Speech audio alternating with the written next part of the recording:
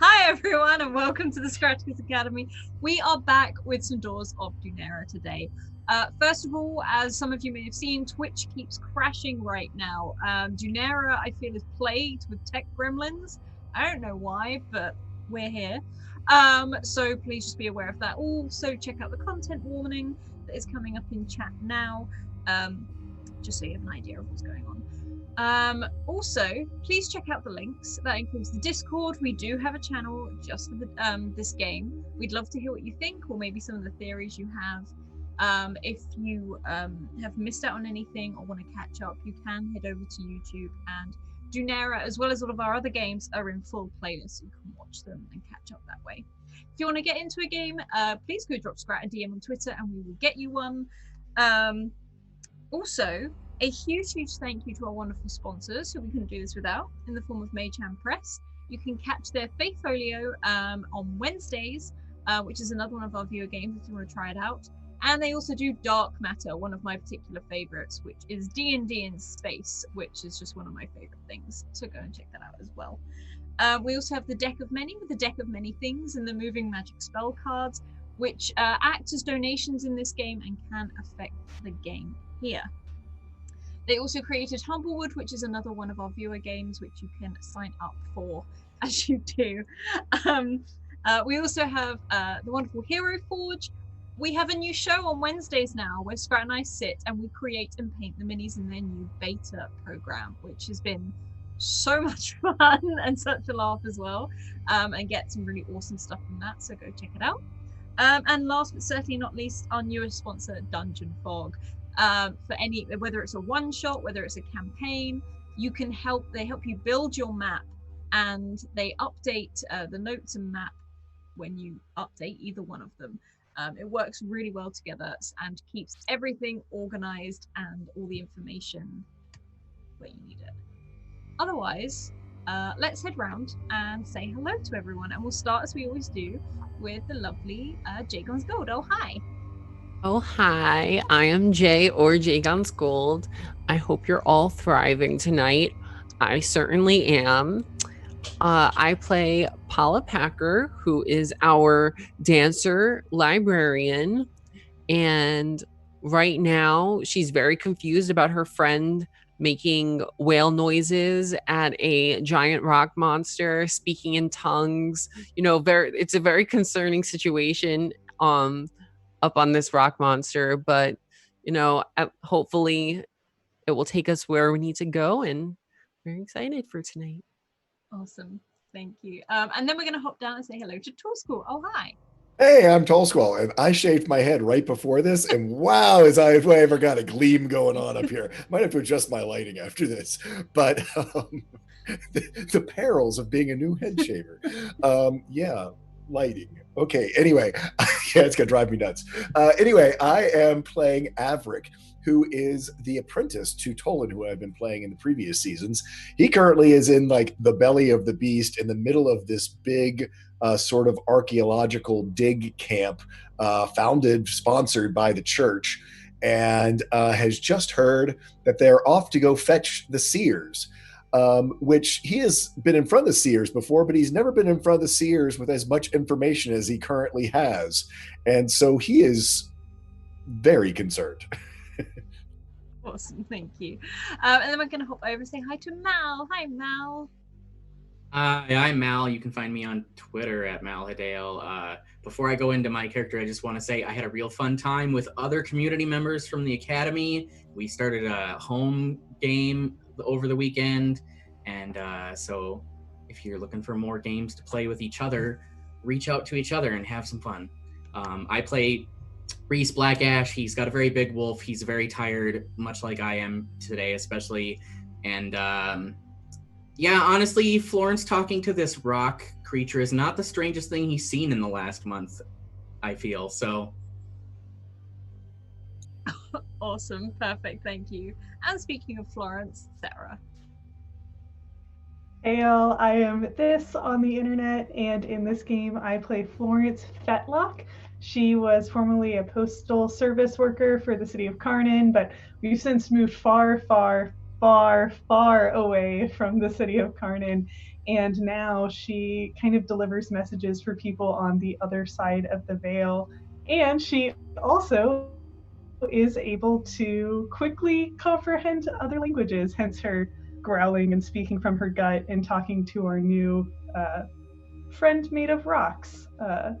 I'll remember his name in a little bit, but super excited to see where the story takes us tonight.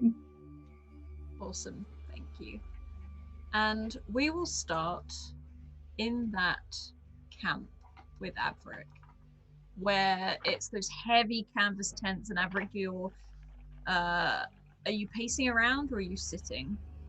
Well, at this point, if they've left, I think he is sitting, because he would sort of feigned that he was a bit unconscious when he came in. He didn't keep it up. He didn't want to get caught, playing unconscious when he wasn't. So he was acting kind of like he was groggy and had just been awakened by all this movement and being thrown in here. But I'd say as soon as they've left, he's sitting down because he's opened up his leg, this mechanical, arcane mechanical leg, cybernetic leg that he has, where he has stashed this eel fin from the eels that let off electrical discharges back in the lake, because he wants to somehow try and see if he can get it, that he can have some kind of defense, natural defense that he can use, maybe some sort of electrical shock, Bioshock type idea. Type idea that he can draw upon with these new sort of shaping skills, this transmorphology that he has inherited with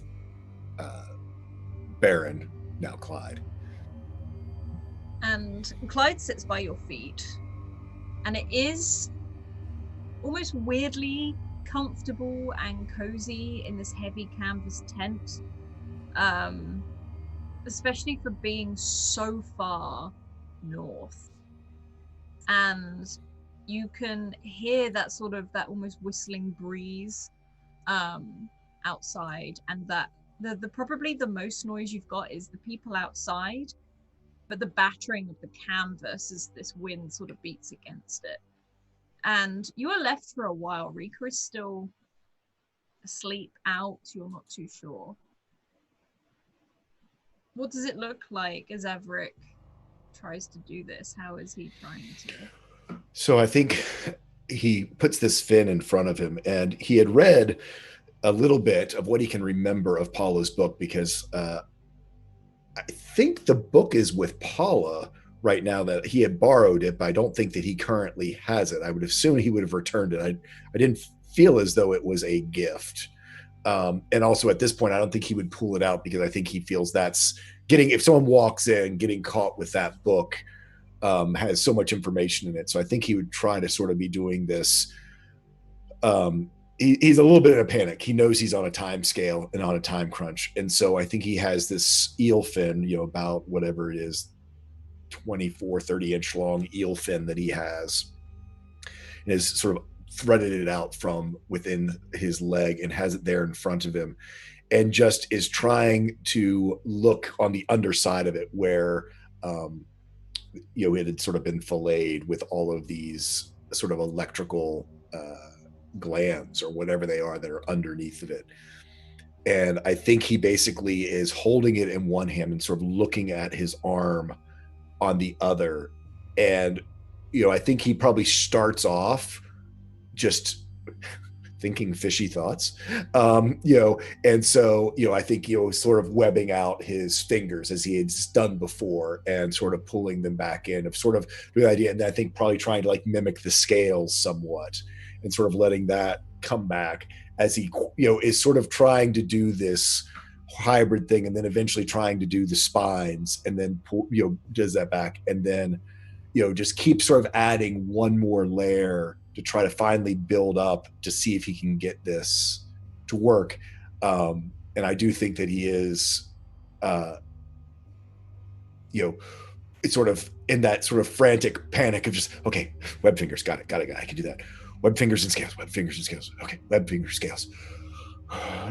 Close enough. Okay, web fingers, scales, barbs. Wait. What's a? And he looks back at the barbs again.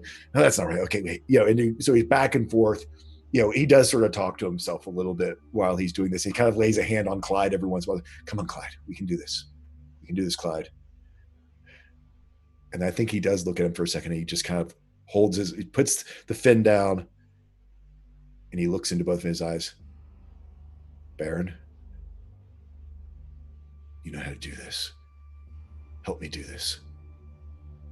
And then I think he goes for it. Could you roll me an intellect check, please? And I want you to beat. I'm going to say a 7, purely because you're having to keep this quiet as well because of where you are. So I'm going to forbid it with a 7, which is a 21 on a d20. So I am going to and it's gonna, oh man, I've got no edge in intellect, so that's fine, but I can spend up to 2 effort, so that'll be 6 out of my intellect pool. I'm basically, that makes sense. I'm literally going to cut my intellect pool in half to just really try to dive into this using 2 effort. And I guess let's let her rip. I don't think I got anything else to add to it because he does not want to bring that book out. I will use an advantage, but I totally understand if you want to make me flat roll it and spend one of your disadvantage. I don't know if I'm going to get you to spend a disadvantage on this one purely because of the level. Okay, so I don't want to see. So I feel like where you're looking at Baron right now, and you're in a place of desperation as much as there's a lot at stake. Okay. Yeah. So I've got it down to a 5 with my effort. So, I'm going to do an advantage, and like I said, so flat rolling it, or I get the advantage. Your call. I can go either way. This? No, I know. I'm just trying to think of all the situation. I'm gonna say disadvantage because of where you are. Okay, so flat roll. So I use an advantage, you use a disadvantage, we flat roll this. Out. Okay, here we go. 1 roll of dice. And that's what makes it worth it. I rolled the 15. Nailed dead on. That's what makes it worth it. So you have a moment where you can hear Rika sort of like, I don't know, like staring, like, wow, she sort of moves over and rolls over. And you look at, first you can see Clyde's eyes, but then you really reach forth. And that's when you click with Baron. When you really sort of focus on it, and you feel this, as much as there's a breeze outside, you feel one coming from between the both of you. And it's a real surge. This is probably a surge of magic that Avrik has not felt in a long time.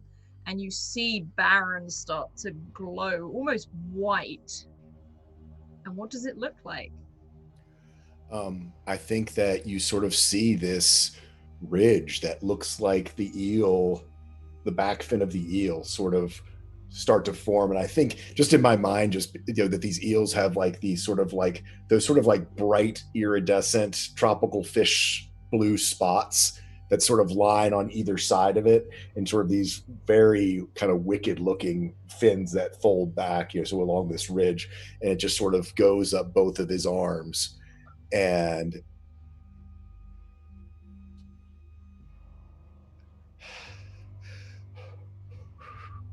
he wants to like jump up and dance around, but he just sort of grabs Clyde by the head and just goes, we did it. We did it. We did it. Oh, okay. Stay calm, stay cool. The seers are coming. He rolls down his sleeves so you can't see them. And I think he gave him checks a couple times though, just kind of make sure they're still there.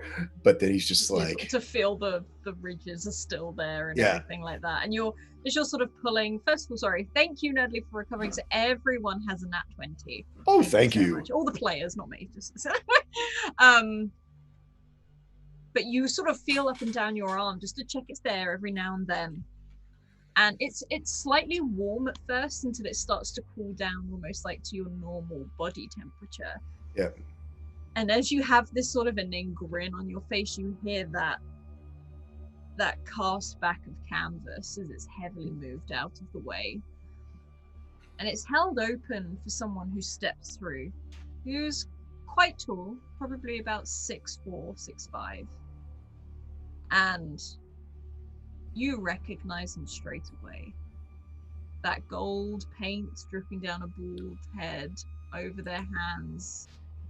And this time, rather in the flowing white robes, are these almost like long mixture of furs and leathers.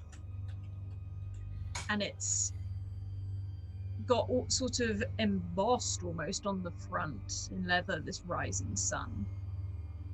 As it sort of turns their head towards you, you see that flash of blue eyes as they open through this gold. And you're in the room with the seer. And again, very much like every seer, plain face, no real expression. You feel them reading the room. Their hands are clasped in front of them, and that's where you can see this gold as it briefly looks around the tent, first towards Rika and then towards you. Avrik, isn't it? It's been a long time. Yes, that's me. Yep. It's no, under his breath. Not long enough. And it sort of tips its head almost inquisitively. And could you roll me an intellect check, please? Of 2. Is this defense or is it just a check? This is just a check. On a 2? Yes, please. Okay. 18. Oh, rolling well today. You watch this seer. I say you recognize they all seem to look the same half the time. But there's something about this one that feels different. Whether it's the eyes are a little bit wilder, but it's maybe because this is the first time you've met one not in a group, not speaking in unison. Mm-hmm. And it's weird. It's almost like it's got a little bit of a character to it. Before they were almost like vessels that would speak. Right. Now you can feel like there's actually something here. And it looks to you. There is a chair sort of sat opposite your bed, which it comes and very elegantly sits themselves on, hands flat on their lap, on the leathers. I trust you are comfortable. Quite. It's much nicer in here than it is out there. It blinks slowly, watching you. And you see this hand of this gold sort of reach out and just stroke the top of Baron's head and down the back. And both at the same time, you feel like that shudder go down your spine, as if someone had just dripped cold water down it. And looks inquisitively back and forth at both of you. I have a few questions. if you wouldn't mind.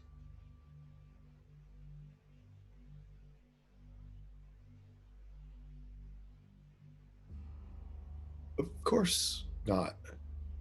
Well, if you must. He's trying to realign himself to remembering. He's trying to tell as much truth as possible to hopefully be able to obfuscate any lies by omission. And sort of leans forward slightly. I must. And for a moment, there's a quick, almost makes you jump. Like you feel like it. There's someone comes running in with a small table and a tray with these, and starts to pour this amber tea in these cups. And there's two. And the seer reaches over very slowly, and without a shake, picks one up and hands it to you. I know you like tea. I do like tea. And slowly picks up its own. And just holds it for a moment. Raises the mug to their lips. And blows. And then sips. And puts it back down again. But without breaking eye contact with you for one moment. Almost looking at you to drink the tea. Oh, I'm sure he's looking at me to drink the tea.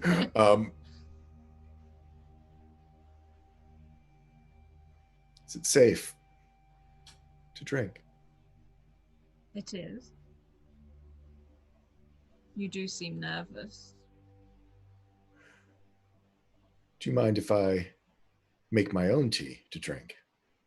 You may have mine if it makes you feel more comfortable. I'm not worried about that one is different from the other. It's that one might affect me differently than it affects you. He just slowly nods and gestures over to the side where there is the means for you to make tea, if you prefer. And he does. He goes over. And I think his hands are shaking a little bit as he takes the hot water and puts in leaves. I can make you a cup as well. It's my blend from Carnan. I have Are two you- now, thank you. Understood. Just thought you might miss some things from back home. His hands are just shaking as he, I think when he even like pours the tea, there's that clanking. Here's the sort of like the rattle of the little like rattle the china. of the china as he brings it back over. He sits very upright. And again, waits until you drink your tea. And I drink some, and I think, because Avrik's on his bed, so I think he's got one foot on the floor and the other sort of leg up, sort of knee folded in close to him, with Baron right there laying on, Clyde Baron laying right there next to him for comfort. And, then reaches over him, puts his teacup down after he's had a sip.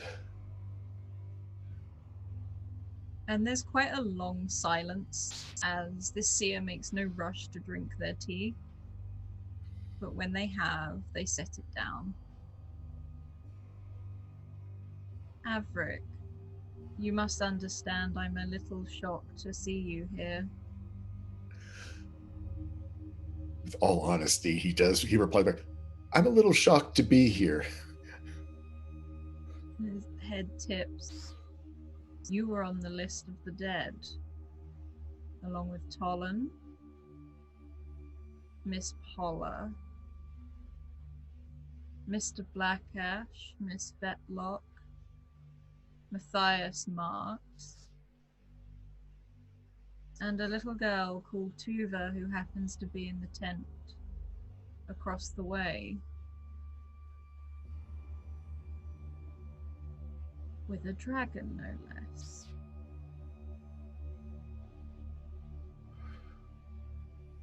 Yes. As I said, I'm as shocked as you that we aren't among the dead. Did you find the body of Matthias? We lost a lot of bodies that day. Well, including ours. Thus my surprise.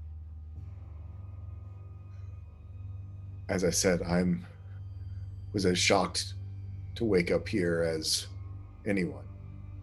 Completely honest. He pauses again. Moves on to your cup of tea, the one you didn't drink. Where is Tolan Folk?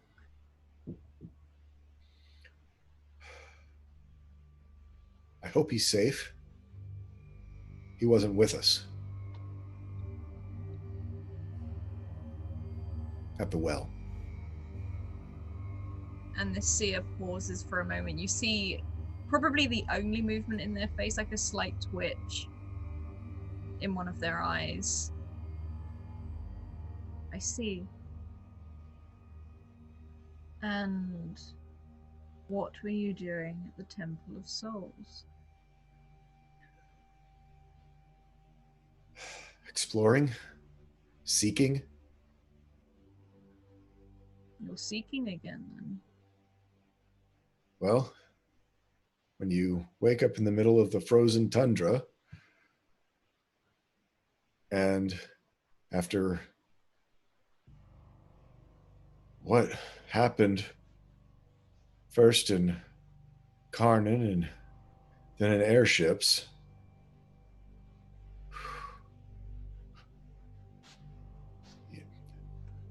you look for answers. And you happen to find your way down there. We had help. We were guided. I know.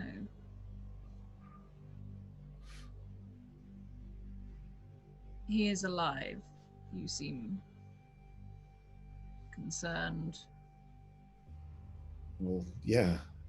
All the people, all I've seen is myself, Rika, Tuva. I don't know really what happened. There's a big blank spot in my memory. I was resting. You were.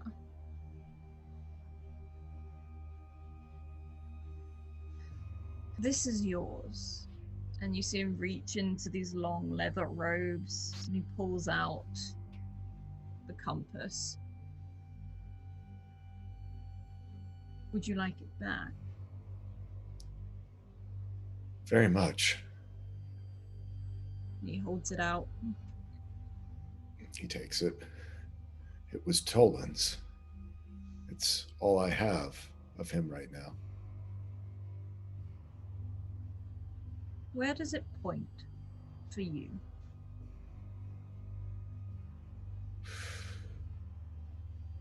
I'm trying to remember because I kind of want to do this without looking down to see if it's straight, but actually, no, I will look down. I'll look down to see where it's pointing. It's currently pointing northwest. Okay. But it's not stopped how fixed it was before. It's like it's shifting. And you get the feeling it could be because the seer's in the room.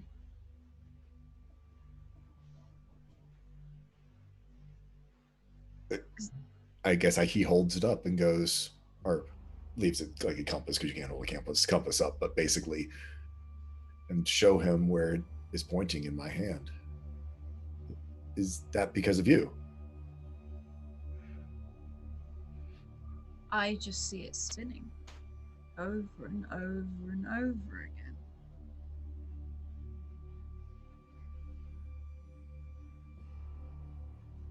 It's not stable for me either. He nods. And he looks over towards Rika. A companion of yours. She's good in a fight.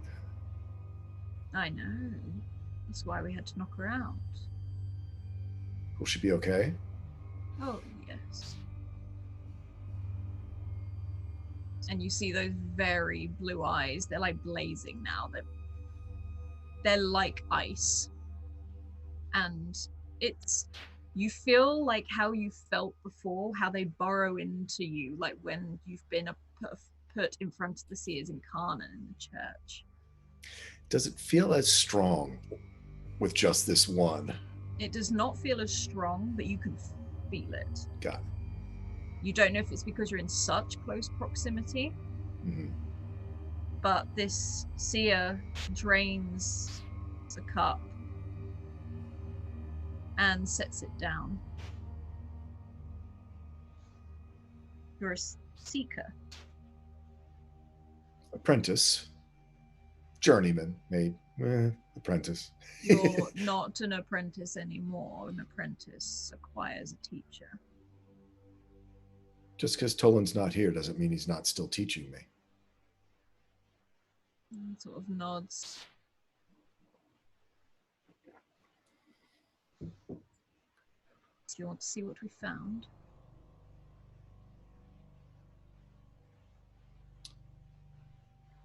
Yes. It's like he's not going to be able to lie through that one. That one. And he sort of just, right. Of course. He stands up and brushes himself off. You may follow me. This way. And he starts to walk towards the entrance of the tent. He follows. Come on, Baron. Come on, Clyde. He says Clyde. He doesn't say Baron. that was player error.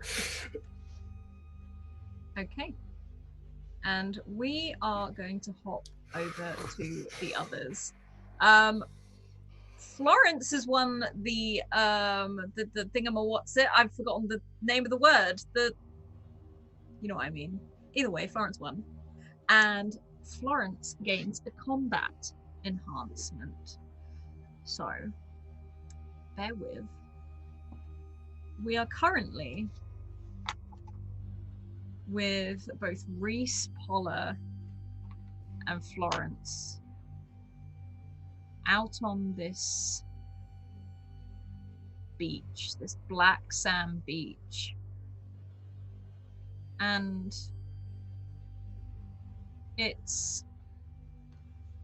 you can feel the wind sort of whipping around you again. It's getting quite breezy.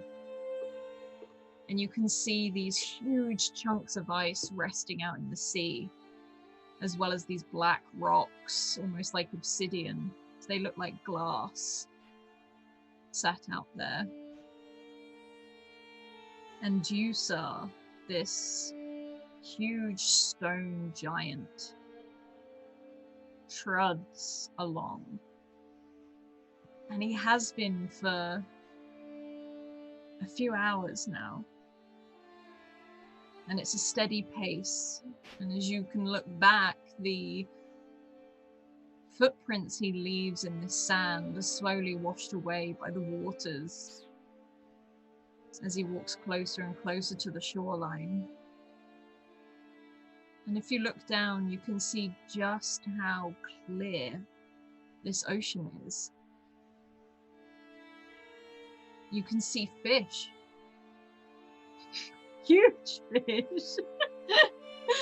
Huge fish as they sort of swim in these shallows in this ocean. And there's a very calm sensation here. And over in the distance, you see the beginnings of Thara's Bridge.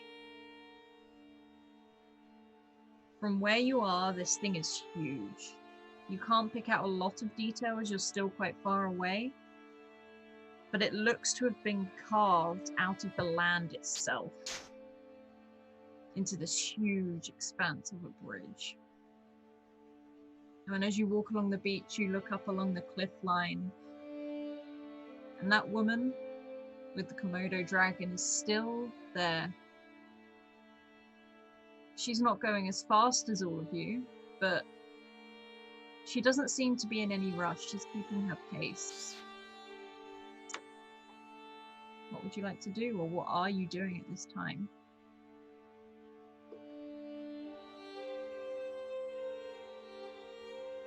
I think Paula is kind of sitting down and gripping onto this giant for dear life, and just kind of looking very concerned in the direction of Florence after seeing Florence have some weird kind of unintelligible dialogue with this thing.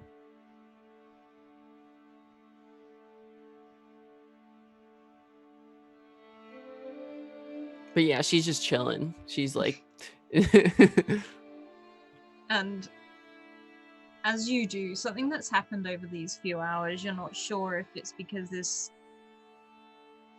is a creation of magic or something just of old. This giant's head sort of creaks and almost turns towards you and speaks to you in your own tongue. We are not far now, even though your legs are weary. I will not let you fall.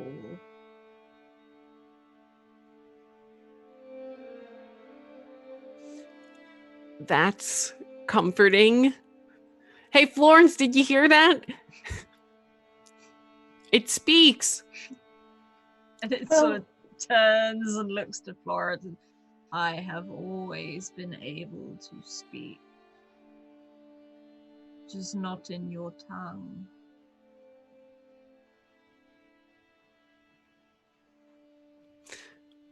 Well, would have been kind of helpful if you had started with hello. But, it's been a couple hours, so I guess I was kind of getting used to the silence anyway. And that huge eye sort of looks at you briefly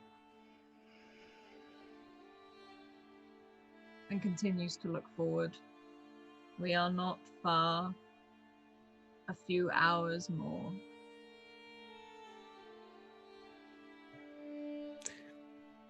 Has anyone else noticed that one over there? Pointing at the lady with the Komodo dragon up on the cliff.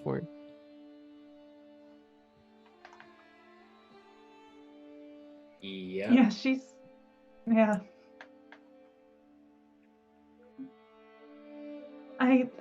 I think her name was, I think it was Emile. I don't know, I could be a little off. We're eavesdropping on the group, but she does seem determined to keep pace, and I don't know, it doesn't sit right with me. Yeah, I'm not sure what to make of it. I mean, part of me has a little bit of trust in her, considering she didn't rat us out back in the cave. But what is she doing with these people? That's an interesting point, Paula. Maybe we should speak with her, maybe from a distance, but maybe we should just ask.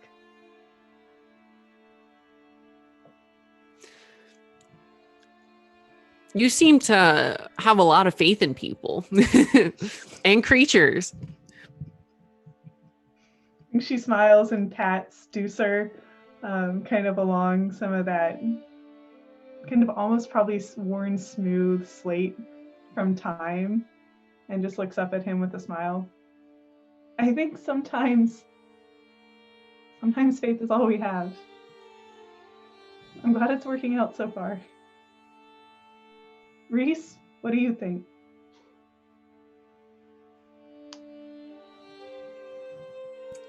It's probably has her own ulterior motives based on what's been happening. Maybe she'll be helpful, maybe it'll bite us, but if we don't attempt to talk to her, we won't know. Rhys, could you roll me an intellect check to beat a 2, please? Okie dokie. Yeah. 16 beats 5. Okay, more than. You have, as you sort of relay this, are you stood or sat on probably one of these giant shoulders, or would you sit elsewhere? Because you can climb pretty easily. It'd be like climbing a cliff. You could sit anywhere.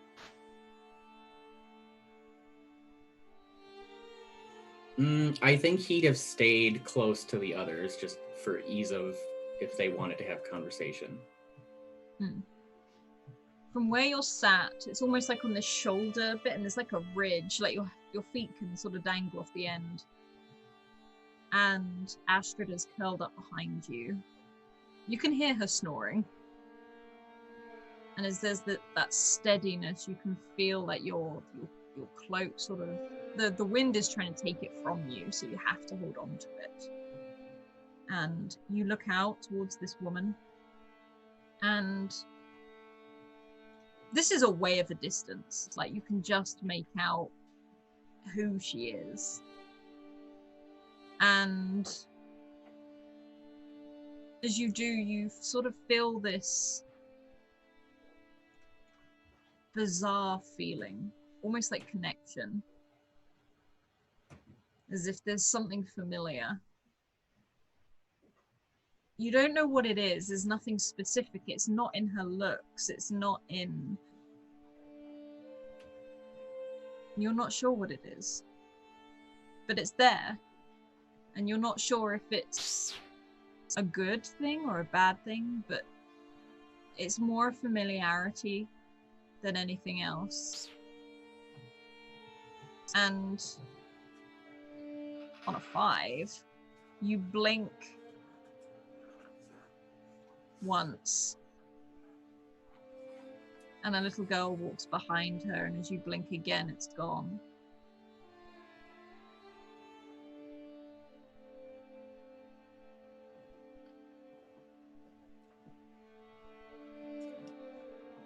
Did anyone else see that? Yeah, I think that bird just shat on her dragon.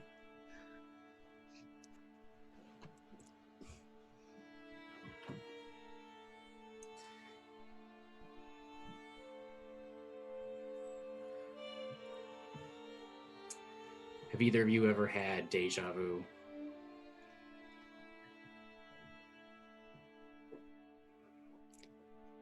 Yeah, I mean, I don't get enough sleep. Yeah, absolutely. I think I try to run from it, but I think the kind of thing that catches up with you and that you can't shake or avoid.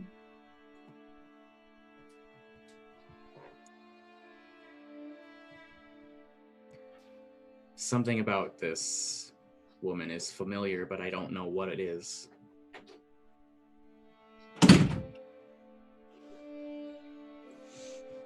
Maybe that's another reason to try speaking with her.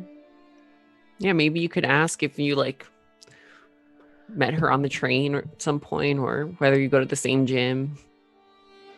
I don't go to the gym, Paula, and I didn't ride the train in Karnan. They apparently fell at some point. But maybe she's from the same ice cave, or maybe she's an old friend of Astrid. And if Florence tries to grasp for what would Rhys know someone from. As you're sort of having this discussion, you can see these gulls that have seem to have swarmed around you. Not coming close to you, but they're definitely up by Jusar's head, and he seems to be looking at them. And you can hear him every now and again, yes, as he sort of turns and then looks to the next flock that comes in and nods and grumbles as they then sort of disperse and head back towards the ocean. And you see him sort of mumble to himself a little bit at first. And you can feel him sort of not turn, but he does change direction slightly. And as he does, there's this sort of you can feel not the speed, but he seems to move quicker and looks down to all of you. We are not far from the bridge. And he seems slightly nervous, almost as he says it. And he gazes out towards it. That's it. It's where it all ended. It's where the world changed. I don't remember a lot. And then he sort of looks towards the cliff face and he sort of rests a hand. And you feel that judder as he does so. I think many of my friends fell. I'm not sure. But the gulls have told me that there are some people up atop the cliffs, further inland, up ahead, not far from the bridge. There's a camp there. They're digging where they shouldn't. And they wear the symbol of an old enemy.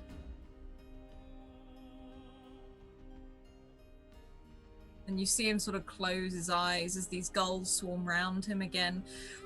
Two of them seem to perch up top and sort of prune their feathers, not really doing too much, but they land there.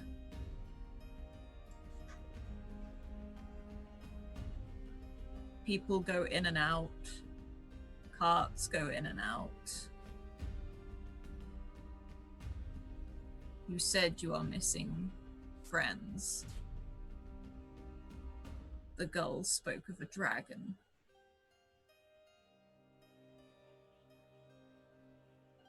They didn't like it. Sounds about right. So I take it you're not a fan of the church either? I think the church. I think the church is what we now call the old enemy. Did they have a symbol you remember? And you can see for a moment it sort of slows down and pauses. You can feel him almost like he bends over slightly, really thinking. And you think it's been a long time since he's recalled anything. I remember a symbol of light when all it brought was darkness.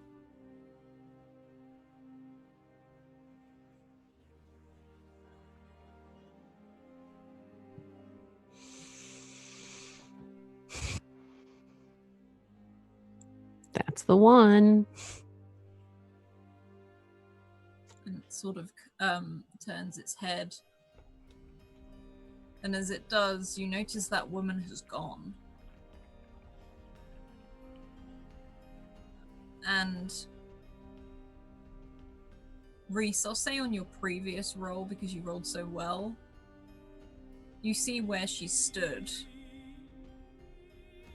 And there's a moment where you can feel her still there, but it's fading.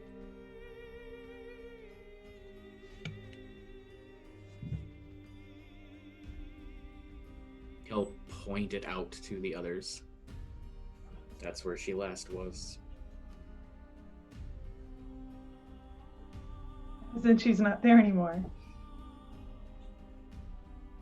Maybe she's scouting for them. Maybe she's going back to tell them that we're coming. Maybe. Are you good at, like, turning towards the big eye? Are you good at stepping on bad guys and crushing your foes? Sort of looks towards you. I have not fought in many a... And you see him pause again. I'm not sure how long. Well, you might want to do some stretches. And it sort of you hear that crunch of rock as it tips its head. Is this an indication, small Polla? Actually, I'm Big Pollen. That you wish. It's me to actually take you Mrs. to Packerdy, the or not camp. Miss Packard. Miss Packard. Did you want me to take you to the camp? Well, yeah, we have to save our friends. And he nods. I will help you, but I will not kill. Not anymore. It was just a contingency, you know. I mean, better safe than sorry. Last time we dealt with these people, my mom had guns. What is that? Boom, boom, pew, pew. Almost like she was in the cave, you know, Yeah. pretending to fire. And this, you can see almost like through this rock. At first you think there's like going to be a little bit of a slide of rock, but it's just the brows like tense together, perplexed. Small Big Polla, I don't understand. Yeah, I guess they didn't. No one really had guns back in that battle that Florence and I saw. So if you're from then I guess you wouldn't know about them. Yeah, they're mechanical and they hurt and they're powerful. And they pause. It's almost like a bow and arrow, but worse. And they nod. Then let us go find your friend.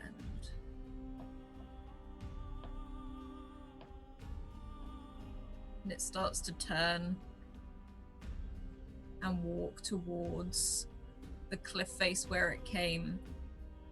And as much as it's almost like lifting up the same height, you feel these two heavy hands sort of settle on that cliff ridge. And you watch rock fall as it pulls itself up, back up onto the mainland, off the beach, and starts to head in the direction where you see a flock of gulls leading.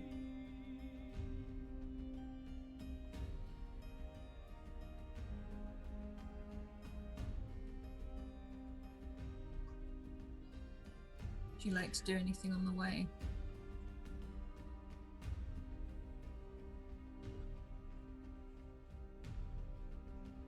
Okay.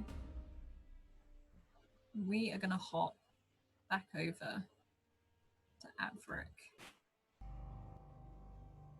And Avrik, you are led through the camp. And It looks like something you've probably seen before. It looks like a standard archaeological sort of dig. There's lots of tents, lots of canvases. You don't see Tuva anywhere. You can see her dragon, however, as it's in this very large cage, almost like a giant bird cage, as you see someone trying to feed it with something on the end of a stick, and it's snapping, it's vicious. And it looks angry. And you hear that rattle as its claws sort of hit against the bars, and it sticks its like long head, its long neck with this sort of muzzle on the end, and just half hisses at the person trying to feed it. And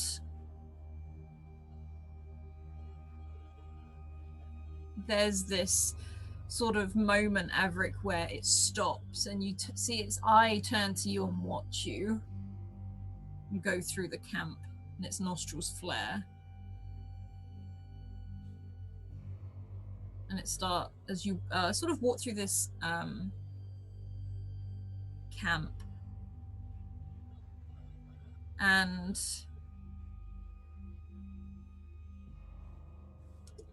you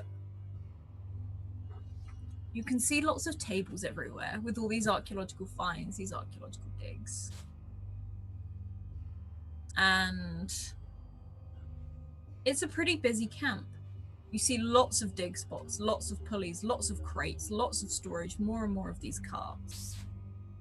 You see a couple of fires set up with stew pots. And as the seer walks you through the camp,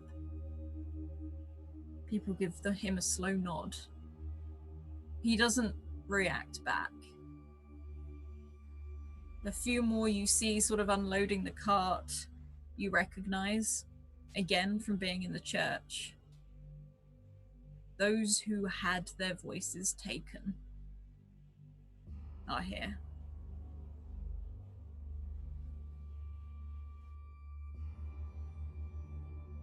They're sort of the laborers. Not all of them are laborers. Some of them seem to be drawing on maps and stuff as well. Okay. But you can see them.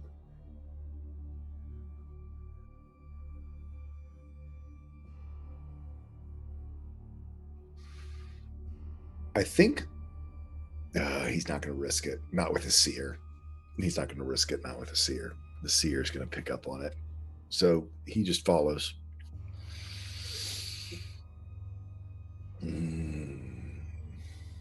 Okay. He leads you through this camp, and it's quite big.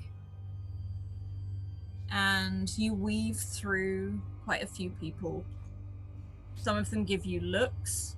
Some of them sort of whisper in between each other.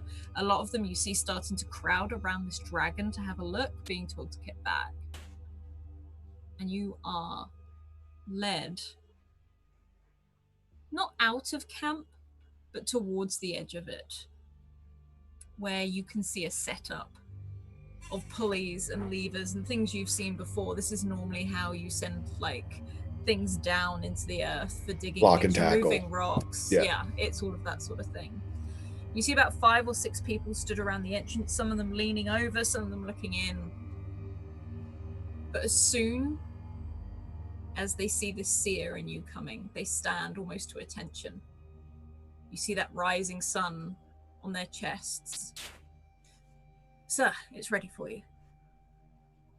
And the seer nods slowly. And we're going to take a slightly earlier break today, but we will be back in just a moment. So everyone go get a drink, stretch your legs, tell your pets you'll love them. We'll be back in a minute. Bye.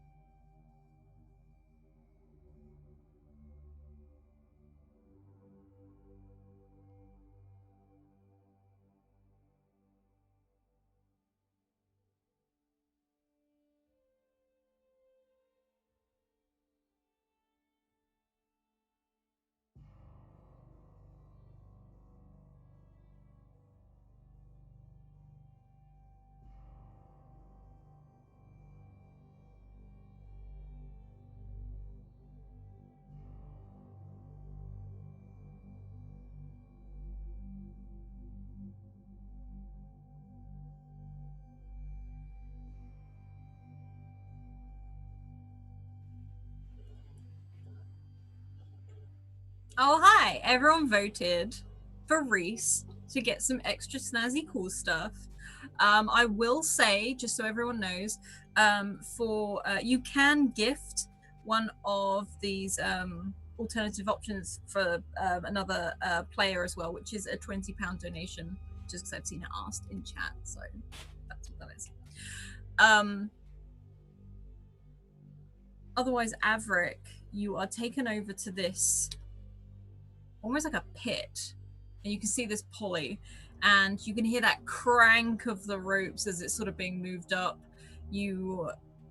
I will also see very few Anarchway around here. There don't seem to be many magic users around, and you see this sort of wooden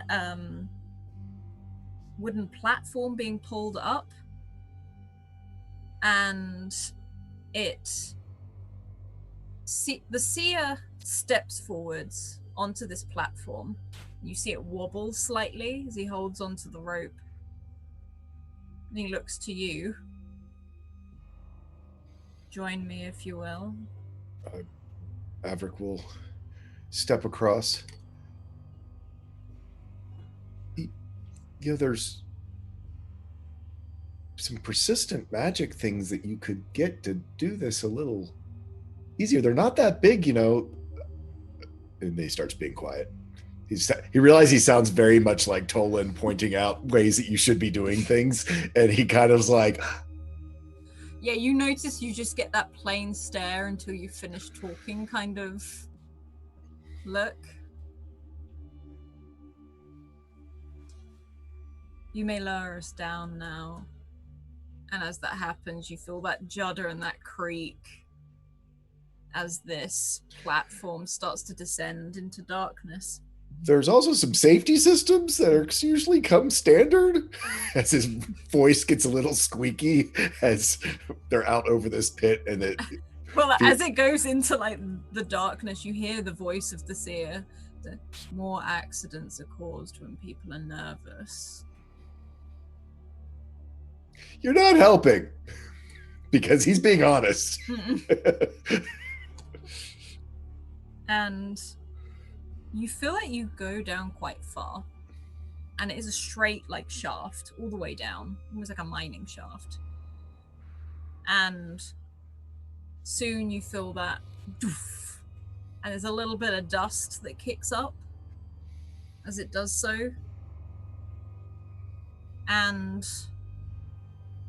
that's when you see the lights, these lanterns lit along this very dark tunnel. It's so black with the pitch darkness from this like obsidian rock that this is dug out of. And it's not a cave, and it's more like it's been hollowed out. At first it looks a bit like a burrow, but you can see the smooth sort of pickaxe things where it's wedged into the wall where people have hung these lanterns. You can hear people down here. And the seer steps off this platform. You feel it sway slightly and realize it's not fully on the ground, just a few inches off. And he starts to walk down this tunnel, taking one of the lanterns off of the wall. Take one if you wish. He does, but also is going to be relying on his adjusted eyesight for any, just hopefully see a little bit out past, things. In general, also, just because I turned it on and it's on for a little while, for a minute, is to just sense, certainly he's taking him to go see something big, but if Avrik learned anything from Tolan, it's that sometimes the big thing, the big shiny, is not the most powerful thing in the sight. That often it can be a very small thing that is actually the true treasure. So I think he's very much, of course, wants to see what they've dug up, but is also kind of remembering, getting back into those habits with Tolan of, sort of opening himself to especially when it comes to artifacts, when it especially becomes to old persistent magics, that the easiest way to miss something is when it's sitting right in front of you and you just don't recognize it. You can see slightly further ahead, and as you reach out, both in sense and vision, you're almost overwhelmed with the amount of artifacts down here. In the walls, above you, under you. They're everywhere. At first you think there's none and you think that there's something wrong, but then when you sort of identify that each thing, it's not just one big thing, this is lots. This is hundreds, if not thousands down here. And they're in the walls, they're in the ceiling. And the seer just walks down this tunnel. You see that soft glow picking up on the gold paint. And you walk for a while, and here and there, every now and then, you see another person. Sort of gives you a nod. You expect most of these probably don't know who you are. They think you're another worker as they nod to you. The only thing they do sort of pause is as they watch Clyde go by.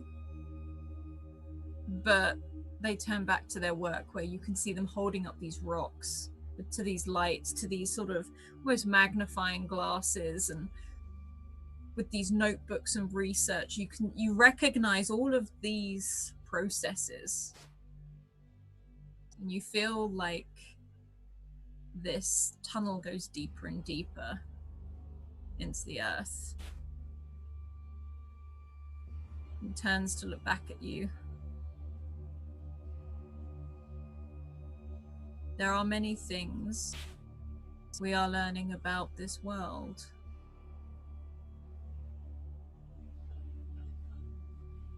Don't you agree that it's exciting?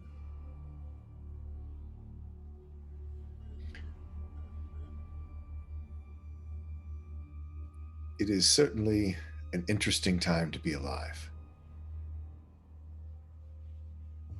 He tips its head. We're learning a lot from this. He sort of reaches in and pulls out what looks like a very battered book, diary, something. This is how we found it.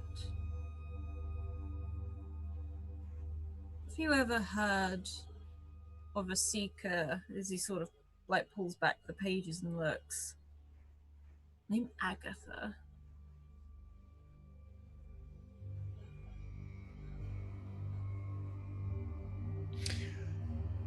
I know of an Agatha.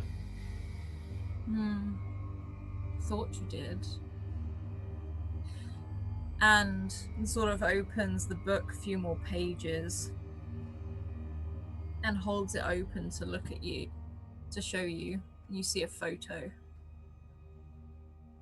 And you see a very young Aggie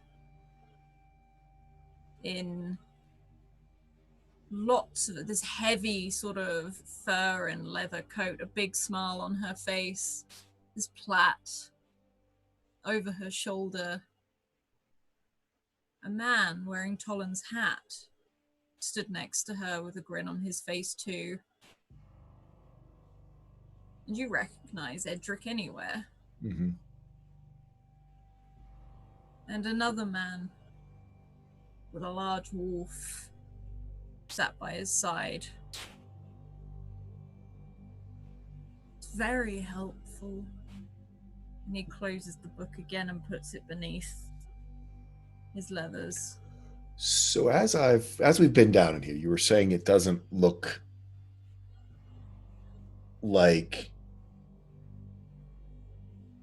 this is something that they have dug. It looks like they are going through something almost like where we were at the well before, where it was a vast complex that they've now discovered, and these tunnels are part of a vast complex. Or is it just like a single mine that it's though they've somehow at the drilled moment, into this? It seems to be a single mine. Okay. It doesn't look like it was built like a structure or a building.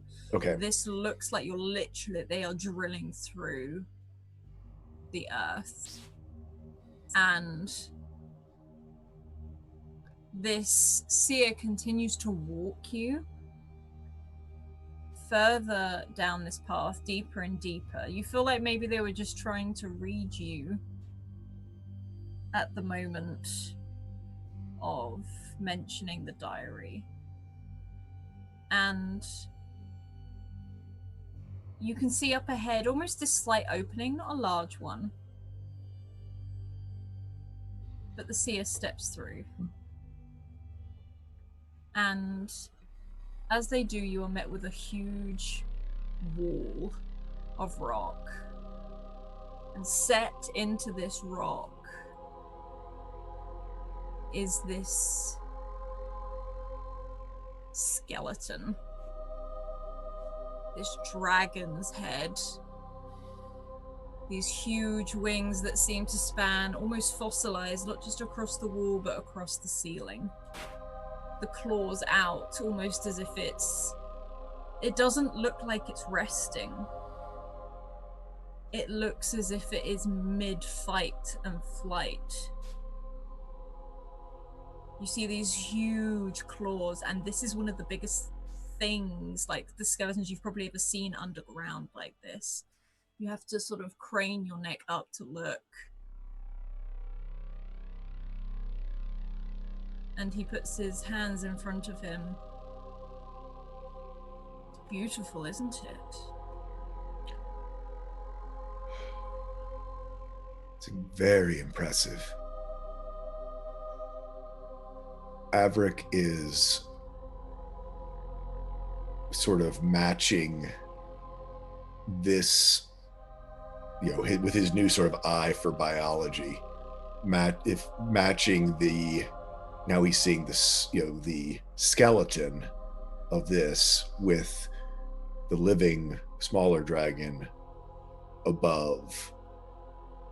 I mean, is it, same sort of wing structure, just on a much larger scale type idea? This is huge compared to what you see. And so is it like, is it kind of like, back in my days when I loved paleontology, where it's still sort of one with the rock, or is it actually out of the rock? Back from when I almost went to university for paleontology. Yeah. It is definitely one with the rock. So where you feel like they started digging, they found it and then carved around it. So the wings go over your head. Right. This is over your head and the body down the side. And the tail, you realize as it puts the lantern down, the tail curls all the way around your feet. I'm asking specific questions for specific reasons. Is there an imprint around the bones of sort of how the, is it like one of those really great ones where there's still like the imprint of where the flesh was? And it hasn't got the imprint of the flesh. Okay. You can see in some spaces, particularly by sort of the neck and like the jawline, you see slight imprints of scales, but that's it. He's specifically checking around the wings. Wings whether there's any imprint of wing structure other than just bone, but it's just the bones. Okay. It is just bone. Okay.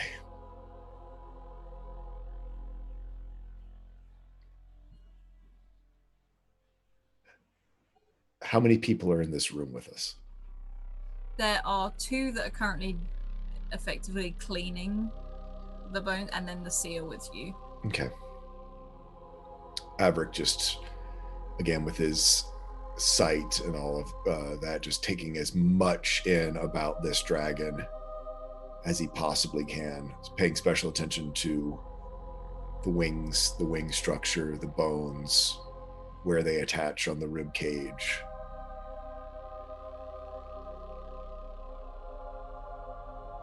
And the seer notices you sort of watching with interest. Yeah. Would you like to see the other thing?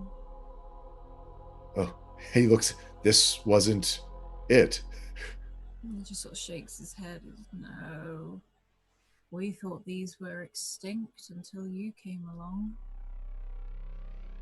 I think everyone did, right? That's the first time you see a seer smile. Just very quickly, very briefly. And he starts to walk forwards. And you can see a very small opening on the side of the rock. Again, it looks like a newly cut tunnel. Okay. You can hear people in there sort of, banging away at the rock, and you hear the chink of metal against rock, and the seer ducks to go under. And as you do, you come into this chamber. And in this chamber, you stare at the rock for a moment. And it's almost like at first you think it's too dark in this room, but you have a lantern. You have your ability to look in the dark. And it's almost like you blink and realize you look up. And where these people are sort of subtly, very carefully, tiny bit by tiny bit, chiseling away, is a huge face, asleep, eyes closed. You don't see any breathing. You don't see much here, but this, to put it into perspective, the size of the eye, you don't even meet a quarter of the size. Okay. So, bigger than the ones that took down the airships, or same size? These seem to be. This one seems to be a little bit bigger.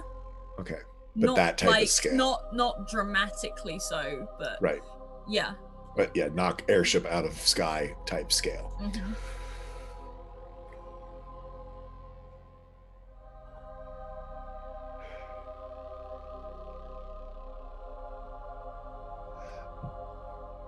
Something similar to this is what brought our airships down. I don't know if you knew that part. And Sia turns to look at you. I did know. Isn't it glorious? Oh, he's not gonna lie. It's terrifying. Gods are when you come face to face with your maker. Don't you think?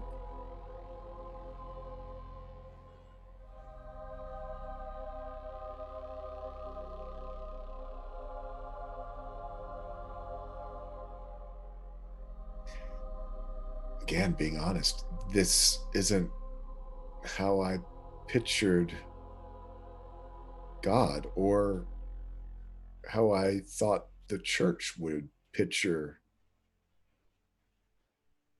God.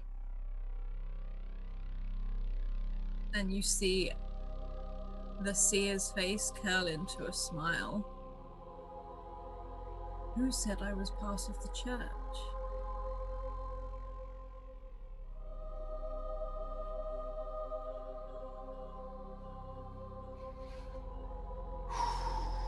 Now, I think we've seen enough today.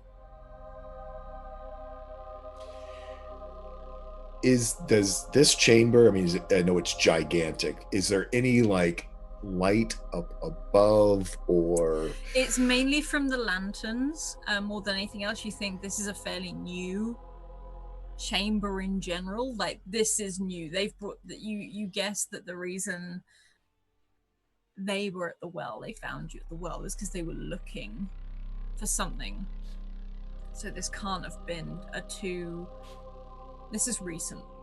Yeah. Approximately how many people did we see along the way here? Do you mean in the tunnels? In the tunnels. In the tunnels, there were about 6 or 7 in the main tunnels. There were 2 in the dragon area, and there's currently 3 in here chiseling away. Okay. Too many. Okay.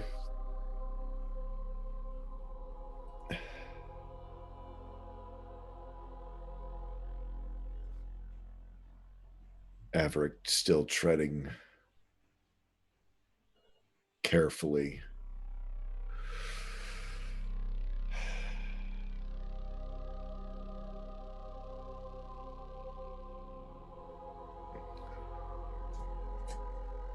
I think he stays quiet. At this point, he knows that anytime he opens his mouth, there's too many questions that he has answers to that haven't been asked. So he doesn't want to get chummy with this guy. Also, thank you for that donation for Polla to get the water adaptation. Ooh, for nice. herself.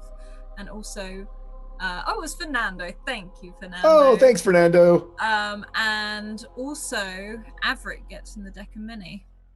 Oh, Lord. So. What do I roll? You don't roll anything. Okay. You tell me when to stop. Oh, golly. Okay. I'm going to wait for good music. And stop.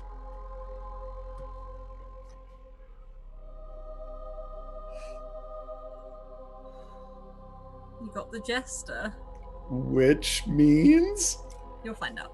Oh. Okay. Okay.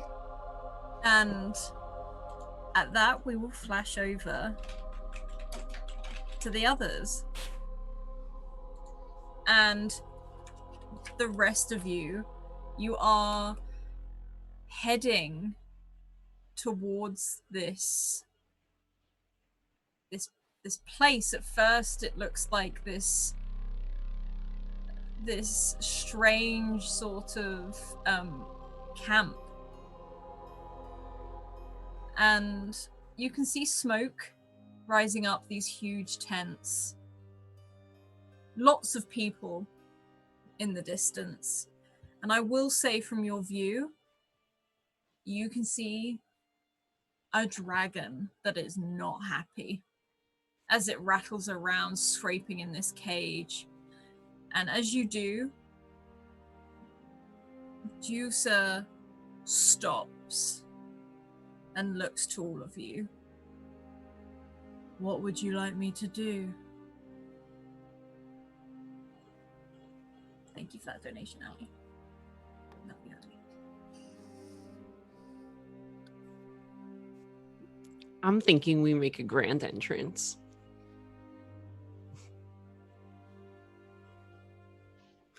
You guys on board with that?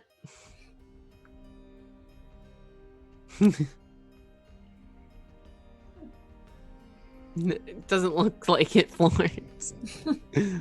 Florence is like rolling her head back and forth, and she kind of pats Deucer again.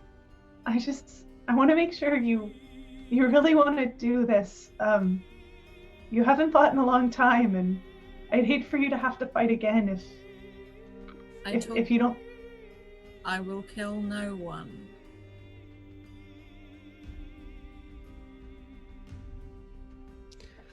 I mean, worst case scenario, Rhys is pretty good with a knife, right?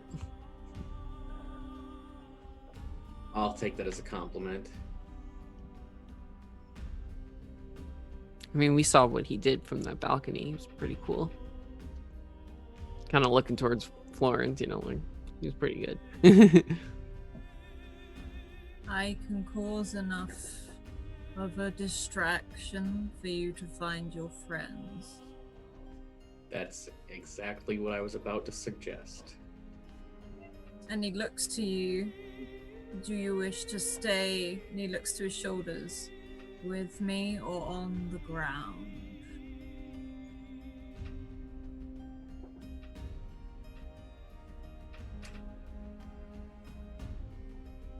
How far away are we still? You're quite a bit. You can see it, but you think you haven't got much time because he's not difficult to spot.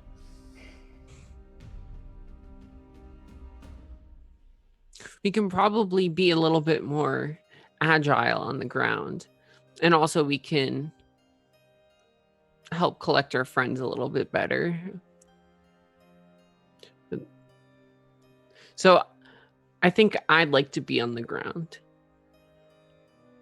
He nods slowly, and he offers up his hand for you to step onto, and will slowly lower you down onto the ground. Anyone else? I think that's smart, and do so that the moment things maybe get a little bit hairy, please go back to your home on the cliffside. I'd hate for you to not make it back on account of us, but any amount of distraction you can provide is amazing for us. He turns and looks at you, Florence. I have lived a long time already.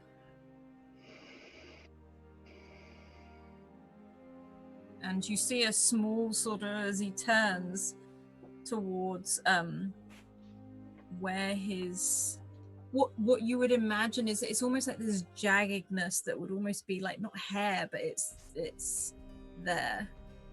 And he reaches up, and you can hear this almost like a snap,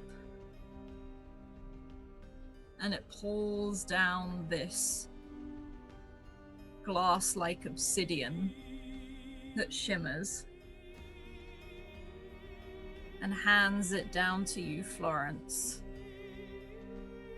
And it's, from holding it in his fingers, it is huge. And this is your fighting advancement. And this is, you sort of feel the weight of it. And it is just this big shard. I am told our rocks make fine blades. And this is huge. It will have to be forged, but may it keep you safe. You know, I think I've seen them in use before. Thank you. I only ever saw one other person wield one. And he sort of nods. And then has you on his the palm of his hand to lower you down. And then offers a hand to Rhys. Astrid sort of immediately pads on and sits. And looks towards you, Rhys. Thank you. Good luck, Northman. And to you. And you feel that hand lower down. And you stand with this camp in front of you. And for a moment there is this silence.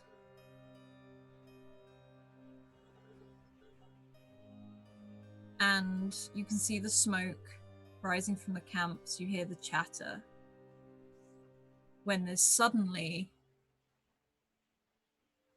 a yell as someone spots you all in this distance. And you hear this almost like this alarm go off. And Jusar looks to you all. Good luck. And he starts to run towards this camp.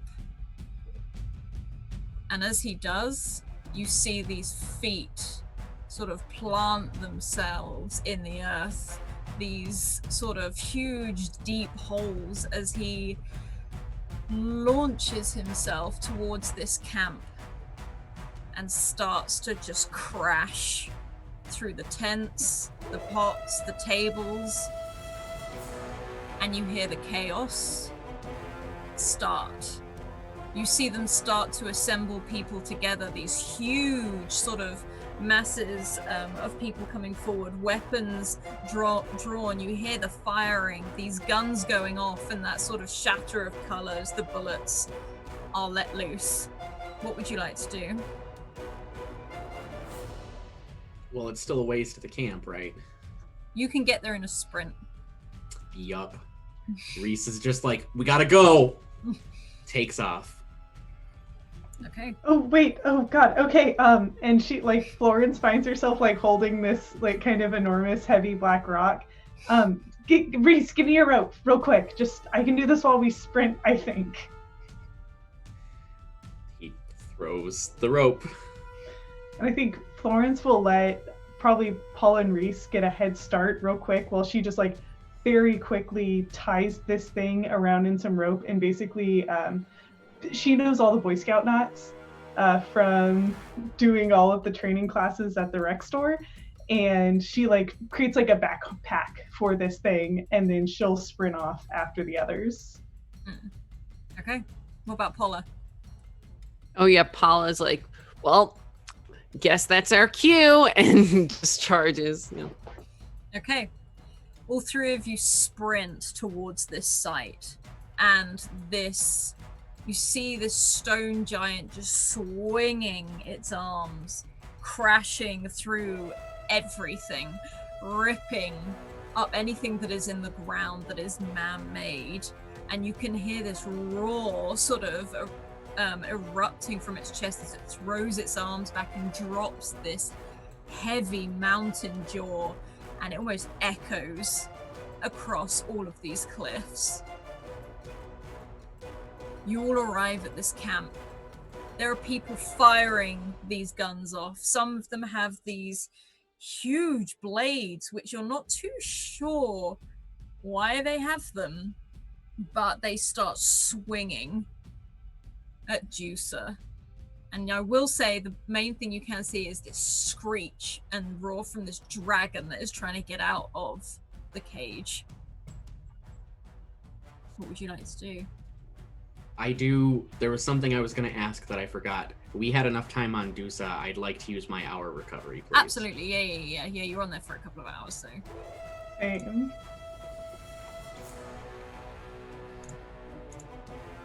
I think Paula would, seeing the cage and seeing the dragon in the cage, at first she might even consider, like, leaving it, like, and just going for her friends, but then I think her heart softens just enough for her to move towards the cage and to try to see if she can free this dragon. Okay. You can see this is locked. I will say, however, you can see so many people from this camp piling towards Juicer, and you can see that one of them has a massive chain of keys on his side, but he is currently fighting Juicer.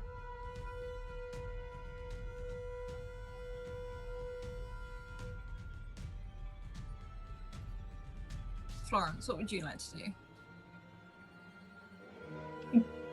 Florence is scurrying forward, trying not to let this rock weigh her down, and when she gets into the camp, her mind is on Tuva, Avrik, and Rika. So she's trying to look for, where do I think these people might have been? Okay. Or where do I think they're currently being held? You can't see any of them, like, out in all of this. However, you do see lots of tents everywhere.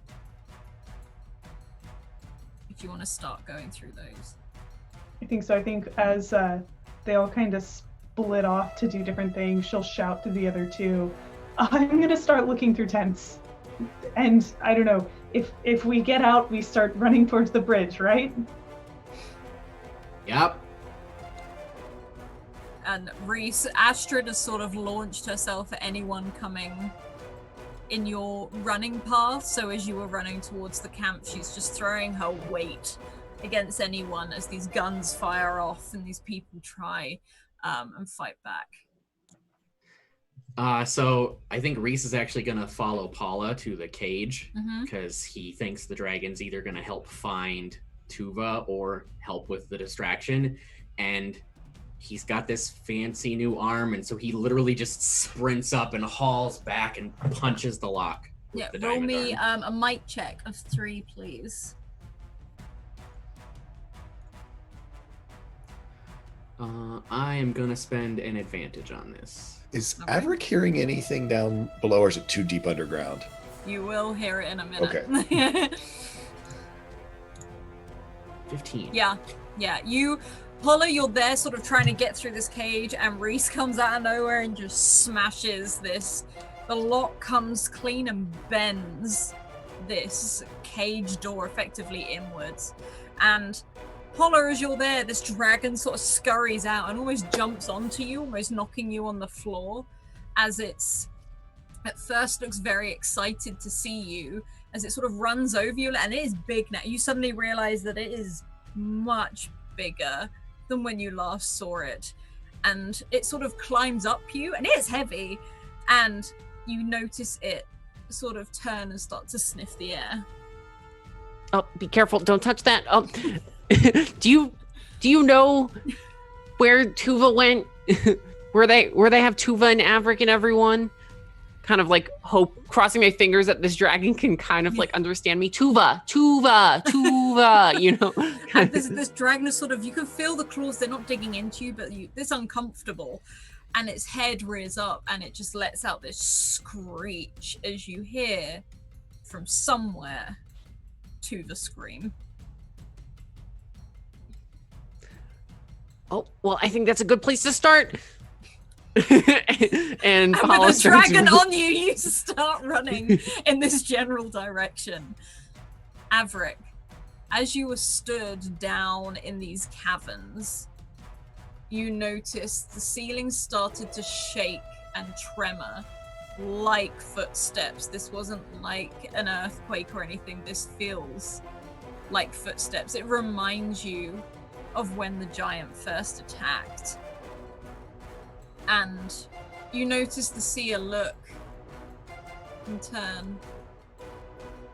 Well, that's interesting. Shall we? And gestures towards the tunnel. Yeah, I'll start going down the tunnel. Is he walking, running? Is he leading? Is he... He was walking but leading, but I will say, as you step behind him, he looks back. I believe your friends are here.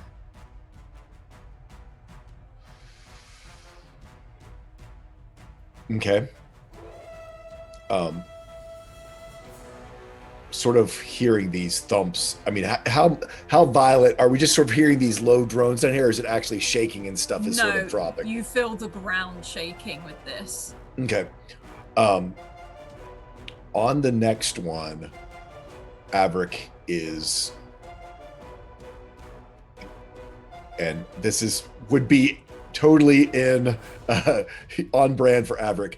He's gonna trip himself up and fall. Okay, you can. Are you doing this behind the seer? Or? Yeah, behind the seer. I mean, make a pretty good production that I've tripped and fallen. And the seer sort of looks back towards you. Do you need a hand? Please, and he kind of points to his mechanical leg. That it's making it seem like it's difficult for him that it doesn't quite bend as far as it actually does in order for him to get himself righted. And this seer holds out this gold-painted hand towards you.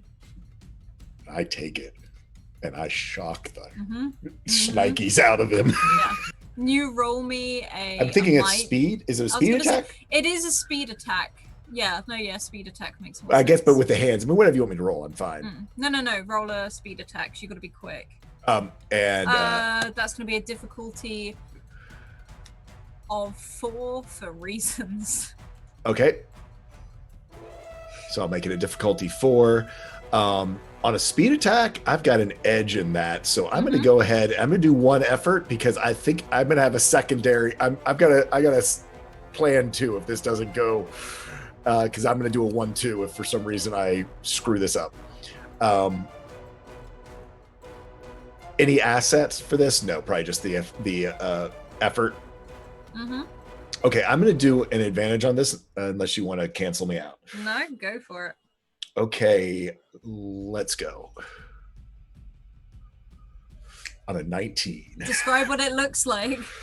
I think as he reaches out, and I think maybe just because of the light or whatever, those sort of blue spots that were up his arm,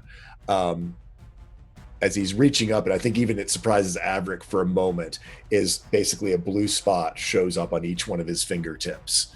And as soon as he makes contact, and especially maybe if there's any type of real metal in that gold paint, it just lights up. And I even think he then reaches out his other hand and knocks him with both hands as hard as he can to what he's trying to do is he wants to stun him, knock him somewhat unconscious. Yeah, you definitely do that. You sort of hold on to it, and it's almost like he can't let go, like it's sticky hands.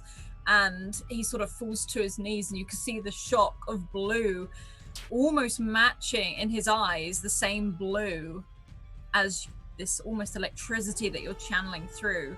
And it looks down at its hands, and you just feel that dead weight as it falls forwards. I search for the book.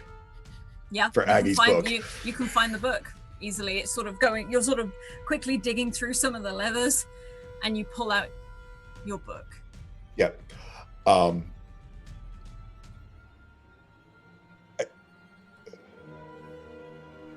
He's gonna. Okay, so Avrik's gonna be smart for a second. With all of this going on, it's an archaeology. There's certainly loose rocks. If any rocks have been falling, I take a rock and hit him on the head. And start running down the hallway going, help, the rock, a falling rock hit the seer, he needs help, and start charging up the thing. I will do something though. As I run out, I take a last look and really try to seal in my mind the skeleton of that dragon. Okay, could you roll me an intellect check? I am using a natural 20 on that because this is important to my entire plan. I am totally spending a nat 20 on that intellect check to have him connect Tuva's dragon's wings, the skeleton, almost like, it's almost like in his mind he sees the two kind of lay on top of each other I know the bones, I know the flesh. Come on. And he's just running with Clyde towards that vertical shaft. And you run, and you see people sort of tear back towards where you left the seer. And as you actually have to, I'll say it's easily because you do have the pulley system. You have to pull the pulley system yourself up as you notice no one is there to man it. He gets there. That was not his plan. I would like to I want to use my biggie. I want to use rapid reforging. And spend 3 might points to have me reconfigure my body, and he's going to grow himself a pair of dragon wings. Awesome. So, okay, well, tell me what it looks like. Yeah, he gets there, and seeing how many people were there, I mean, he knows enough about physics and knows to be able to pull himself up that entire shaft, and so he just concentrates really quick. And knowing that there, are consequences of doing it this fast and not having really tried to integrate this before, and goes ahead, and I think he's probably got that leather jacket with sort of the lamb's wool around it. He kind of rips it off, so there's just sort of the cloth shirt, and just starts picturing it. And what I would like to do is roll to see if there's any I think no matter what, they'll be functional, if that's okay. Like, I'll spend a 20 to make sure they're functional. I kind of want to roll to see how weird or ugly or how good he gets this in his mind, if that's cool. Yeah, go for it. Intellect, I think. So intellect, yep. Yeah. And do you want me to put a difficulty on this, or do it as an unknown? Do it unknown with a disadvantage. Oof, okay. Well, then I'd like to spend an advantage to get me to a flat roll. So, let's see. Come on, Avrik. Be cool. This is all about whether Avrik's cool or ridiculous. On a 15. What does it look like?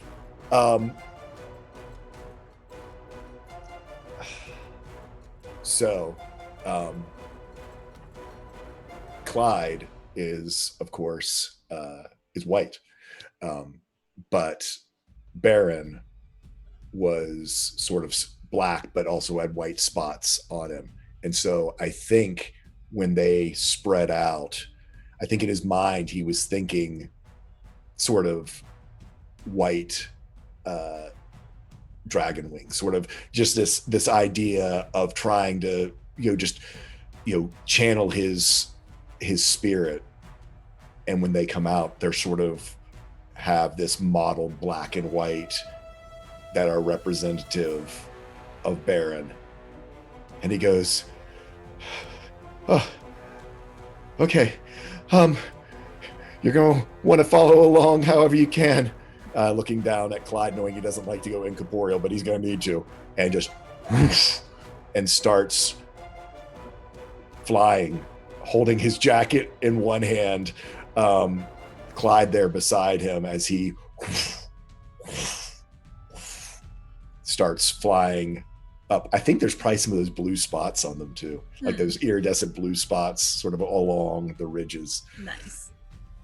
And that does take 3 might for me to do. And you sort of, I will say, the 3 of you see something sort of whoosh out of the ground as you see these huge wings with Avrik attached to them, as you see him, and then almost like as if Clyde becomes not Clyde so much anymore, but more of this wisp of energy sort of following Avrik through the air. And Polla, you're running. You've got this dragon on your back that's currently screeching at you as it's trying to direct you. And you can see over in the behind one of the tents, Tuva's there. She's sort of got her hands up as she's trying to create these shields of energy. Every time one of these people from the camp are running towards her to try grab her, she fires another one out and out again. But you can see there are 4 or 5 of these people after her. What would you like to do? So after seeing Avrik shoot up from the ground, I think Polla probably looked at that and was like, okay, Avrik can take care of himself. Tuva!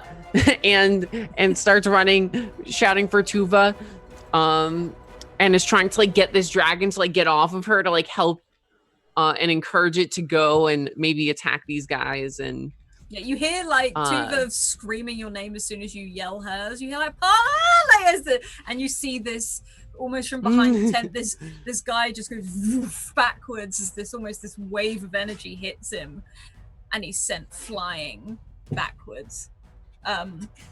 The dragon, upon seeing Tuva and these people around her, you feel the claws dig in very briefly as it sort of uses you as a springboard and dives onto this closest person to Tuva, and just you can hear the ripping of leathers and stuff like that, this snarl, and another one that seems to come charging forwards with one of the guns out. And that's the first time you see this dragon's jaw drop open and this flame just engulf 2 of these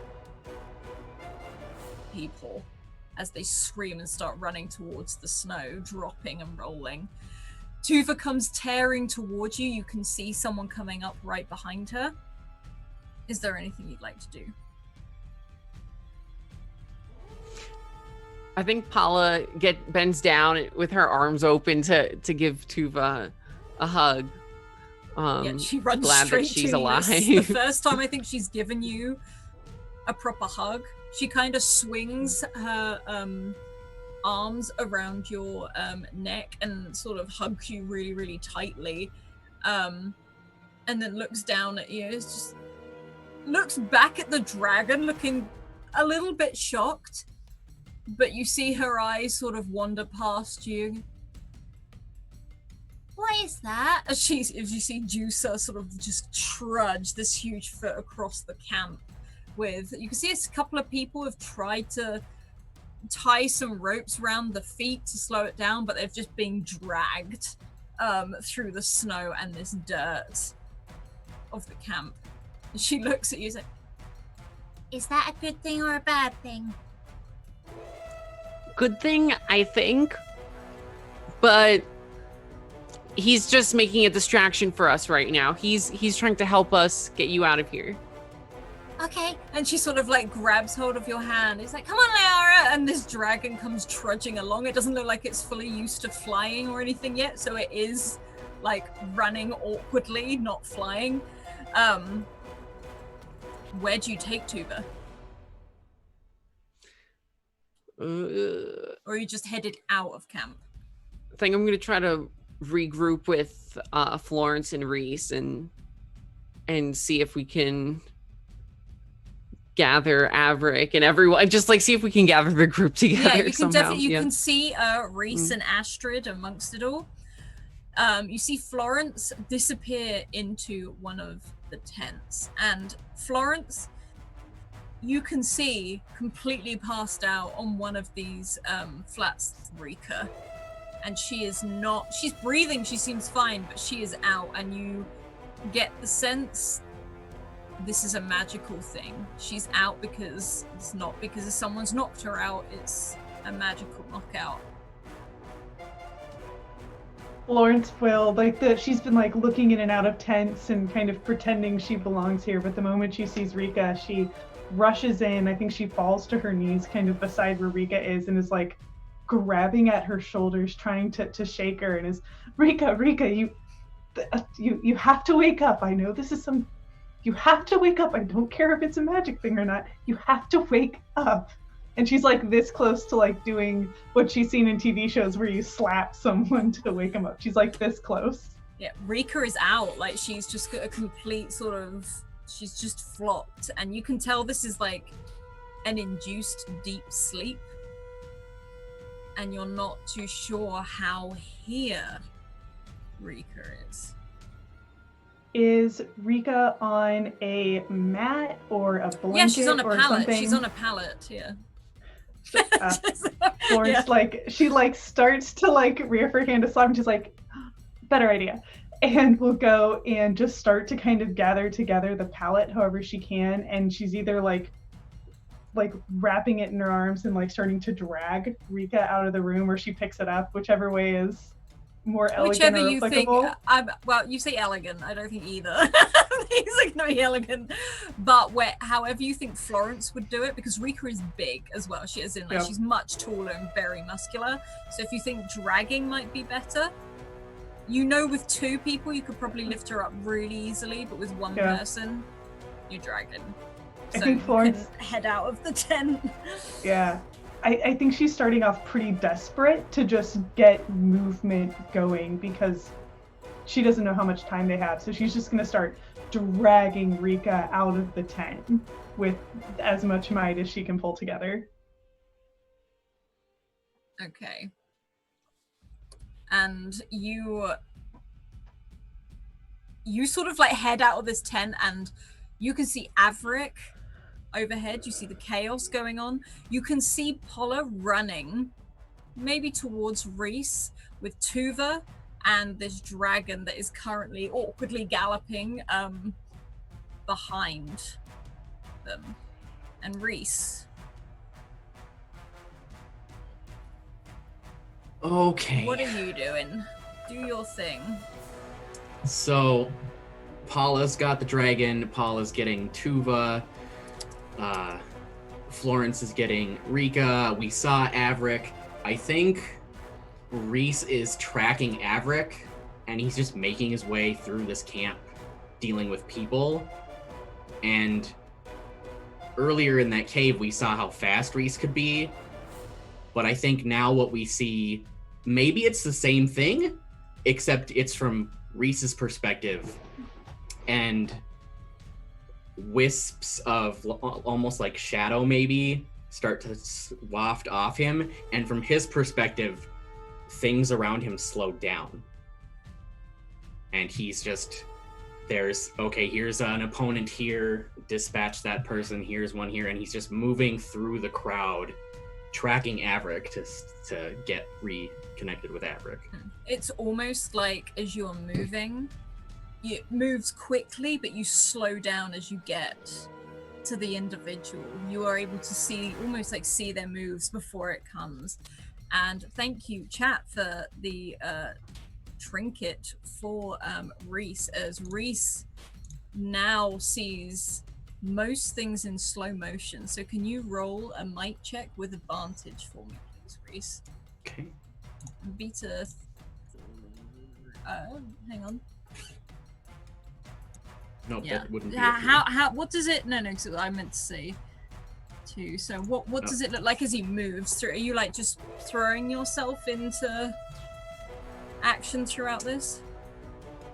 I think it's still like back in that cave where it's very, especially if he can see sort of what they're gonna react to. Mm-hmm. It's not like crazy, it's very specific. Like it speeds up, and then as he gets close it slows down, and he sees that punch coming and he just sidesteps slightly and uses the knife that he's proficient with. And then it's almost before he knows his attack's connected, and he's already focused on the next person and, speeds towards them and then does similar things. I will say, as you do this, something you do notice, you feel like you're moving almost at like the normal speed, as much as everything is slowed down around you. From your perspective, as you move through this camp, as all of these people around you are fighting, you can almost hear the beat of Avrik's wings slow down. But you do notice that Astrid is moving exactly the same pace as you, and both of your eyes seem to flash this very smoky color as you look towards each other, and you realize she is doing this as well. Avrik, what are you doing overhead? Flying very poorly. This is his first time. Yeah, no, it's like one of those superhero movies where that they're like on a long cable and they're just sort of like bumping into things. So I think once he gets, flying up a vertical shaft, it's like pretty straightforward. Once he's like out in the open, I think he probably gets a little bit overconfident very quickly. I think he does sort of quickly realize in the middle of this battle, he does not want to be, also since they've got guns, he is, a big target just sort of up hanging in the air, and he does not know how to maneuver well enough to dodge bullets.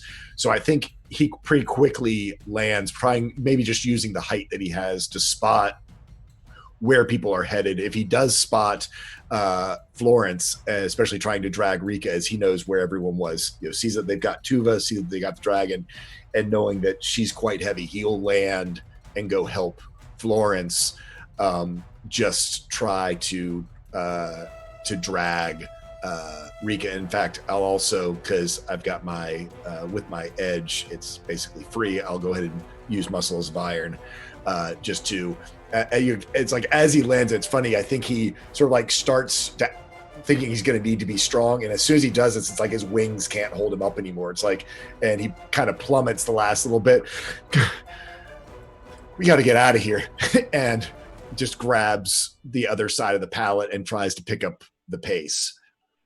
Thank God you're here, and I couldn't agree more. We're all running to the bridge. North. Okay. Okay, so you sort of help Florence scoop up Rika as you start heading towards probably the outside of camp.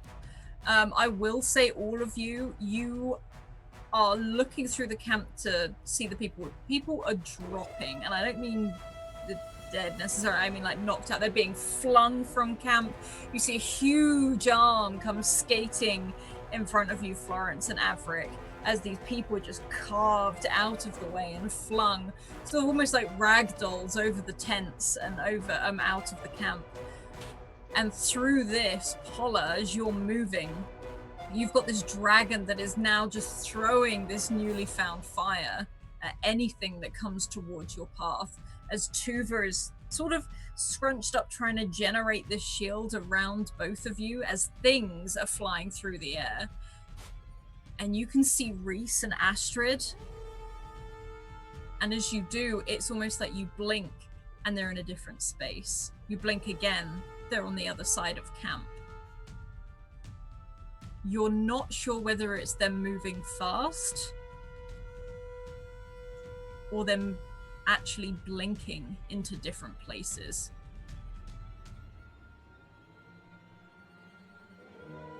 Where would Polla be running? You can see Florence and Avrik sort of making their way to the edge of camp.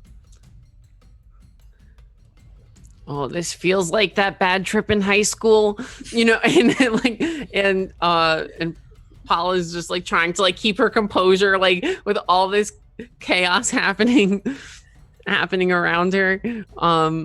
And you know, I guess is gonna go towards Avrik and Florence and Rika, and you know, and hope that, and kind of try to wave in the direction of Rhys, but like not sure if Rhys can see me or what's going on with him, but you know, like this way.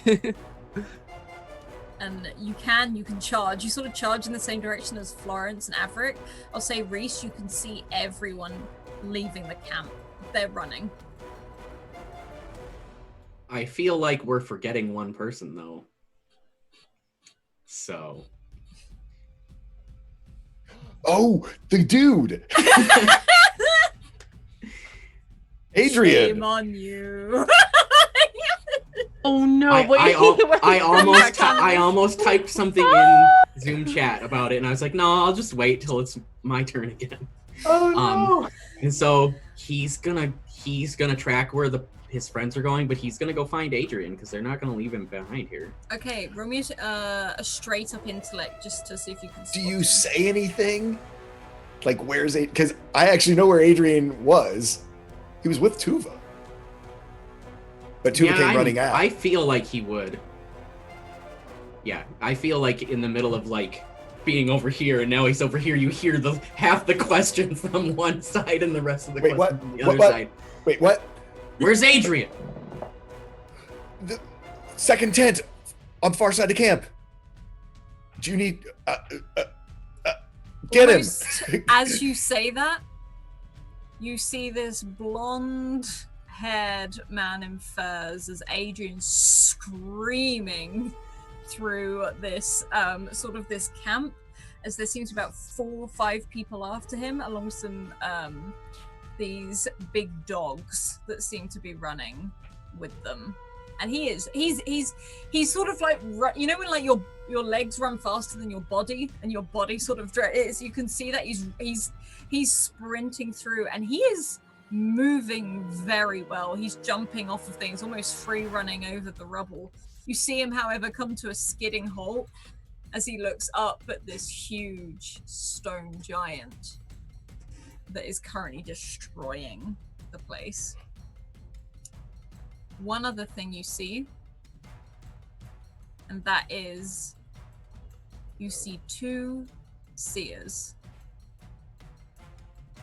emerge from one of the tents, and they look very calm. I'll look to Rhys and say, "Get Adrian." I look to Florence and say, "I'll be right back." And he takes the air heading towards the Seers. And I'll let Rhys go and describe what he wants to do first. But yeah, so I think just continuing what I've been doing, Rhys is just, there's the trail of people behind Adrian as he skids to a stop in front of Deucer, and Rhys is just, and then he's pulling Adrian along with him. Yeah, and you have to drag him because he's like frozen in place at this, and he almost looks to you for a second as you start half like dragging, half guiding him. He's like, "He's giant.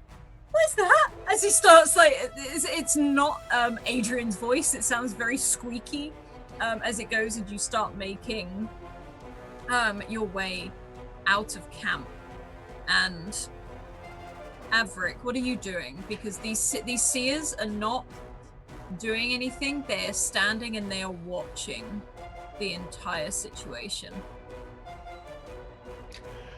Avrik is still, he's got a lot of pent up aggression towards the Seers, both from what they have done to them. Also, just, he doesn't want the Seers seeing, even to see which way they go or what direction they're going or whatever. So he takes off on these wings. And I think, so I want to use an @20 to for the transformation part, but then we can do whatever kind of rolls we need to do for what happens next. And as he goes up, you see the wings turn to those sort of gray scales of like the eel, and down each of the ridges you see those lines of light blue dots. And because he doesn't fly very well, he does the most unelegant thing possible. He starts flying up above them, straight towards them, then just wraps the wings around them and basically just bowling balls right through them, hoping to shock, basically knock them over like bowling pins with a little bit of an extra kicker of electric shock from the eels. Okay, roll me a speed check of 3, please, to get to them. Get hold Okay. of them. And I am going to use some effort on this. Take 2 out of my speed pool because I got 1 edge. And in case I've got another roll this time, I'm only going to use 1 effort, so I've got an effort for next time if I need it. Okay. Let's go. Oof! On a 2.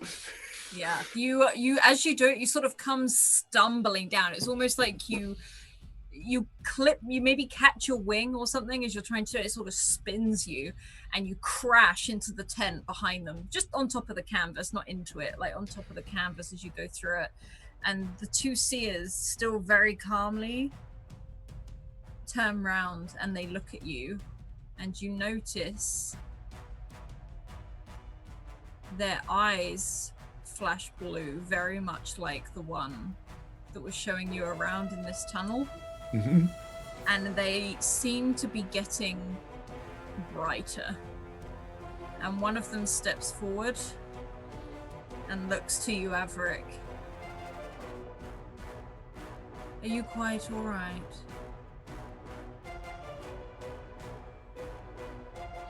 I don't trust them. I don't trust them. I don't trust them. Okay, I'm going to do the thing I've been saving for a very long time. This one that steps towards him, he is in a panic. And he's going to use his, that we talked about, his flavored onslaught attack. And he reaches out with his power. And he warps this seer's flesh basically so that his eyelids can't open. That basically just becomes flesh over his eyes so that he can't open them in the blue eyes. It's an intellect attack. So should I? Yeah. What? And no, it's an epic thing you've been hanging on for ages. You can just roll it however you want.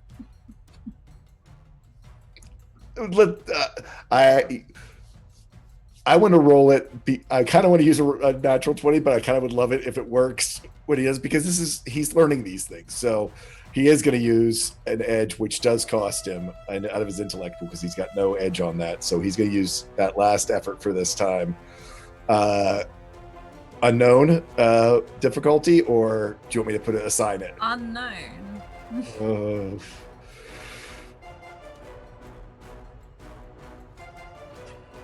On an 18. And describe how Avrik does it. I think he just sees those eyes and they start boring into him. And I think he covers I think what he does is he basically covers his own eyes and looks down like this. I think he almost doesn't realize it. And when he wipes his hand across, sort of to look back, the magic is unleashed. And it literally, you just see basically almost like a blindfold of skin go across this seer's eyes, and his eyeballs are still there. He hasn't ripped the eyeballs out. It's just as though he has now just blank skin straight across the top of his face. And you hear this scream from the seer. It absolutely screams as it happens, sort of falls to the floor and sort of grabbing at its face, trying to feel what's there, if anything is there at all. And you hear this panic, almost this screeching with these words that are being said don't make sense. And you can see that gold paint starting to shimmer slightly, and the other seer just stands, looks from you down to his companion and back up at you again. Avrik is freaking out a little bit because I think it took him by surprise as well. It was just this reaction after having his plan go so terribly wrong.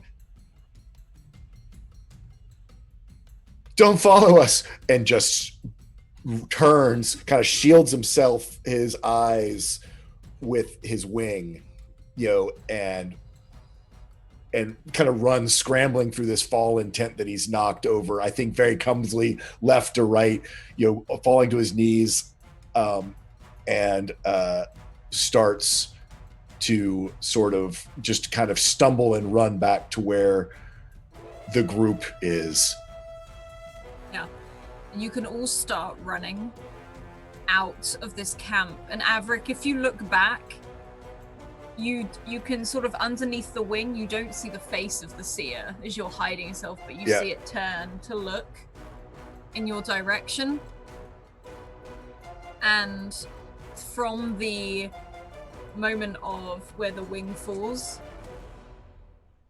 you hear a screech and a heavy thud as the seer who watches after you turns to its companion and does something. And you all sprint off to the edge of camp. And as you do, you notice this huge stone giant seems to be moving with you. And these two huge hands come down either side and start coming to scoop all of you up in one sort of thing. Could you all make a speed check to, be gathered, as it were? It needs to be 2, I was going to say, sorry.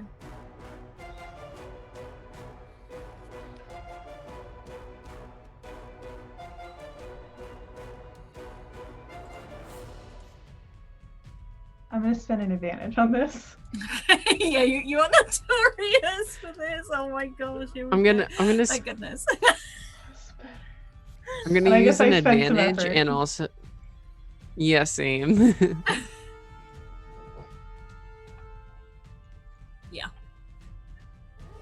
Is Okay. Avrik also being scooped up by our stone friend? Yes, they all are. Avrik's freaking out. Yeah. So, he so just as she's Florence kind of realized that in her quick moment with Avrik, she didn't tell him that the giant was friendly.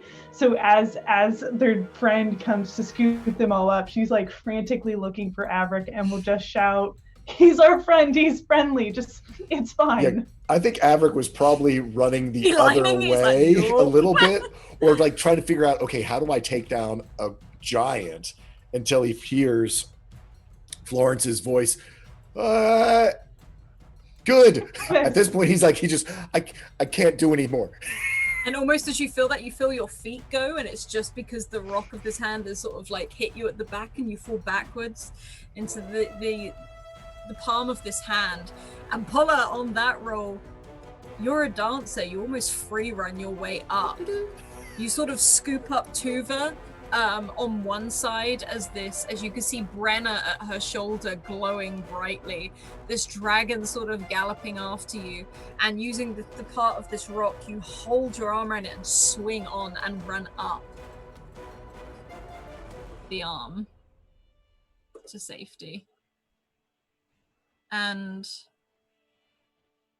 the giant runs. Avrik is just like, they've got the airship giant. They've got an airship giant underground. Like the big ones, not the rocky ones, the big ones. And there's this dragon, a giant dragon skeleton. That's where I thought of this. And there's artifacts, the whole place down there. Like hundreds, maybe thousands of them. It's a mess. If they get a hold, Okay, all right, y'all. let's slow things down a little bit, Avrik. Good to see you're alive. Yeah, what happened? I was. Yeah, what happened? I woke don't up in a know. wagon. You tell me. All these. You're the one that sprouted wings out of nowhere. It's not the first time I've seen that happen, but you know. That's kind of where I got the idea. But there was a dragon, and I figured if I looked at the dragon, and I thought about it in like your books, because there was a skeleton there, and then he looks at Tuva and her dragon's like, and there's the muscles and the skin. So I just kind of did. Oh, and I learned how to do the eel thing. And he pulls up his arm, and I guess here, this is. What? You're Does learning my face really look weird? quick. He look. It well, probably does. maybe- It probably's got a little fishiness to it, little eeliness. Maybe like maybe the blue eyebrows or something. I think Polla trying to be polite is like, no, it's fine. You look just fine. Good. Because I did this all really fast, and that sometimes makes it weird. Yes, very normal. Everything's normal here. He's got the Abes. He's got the Abe sapien going on. They didn't hurt you while you were with them, right? Sears. There was the two in the camp, and then there's one I left down in the hole. But actually, yeah, just to clarify, Alice, that it was two different ones than the one that was down in the hole, right? He didn't somehow did the one down the hole get up there super quick, or is it? Oh, no, these were different. There would be These were three different, Sears, yeah. So there's one down in the hole who I shocked, and then I was trying to shock those two, but then he kind of looks at his hand. I did something horrible to one of them. But no, he said they weren't a part of the church.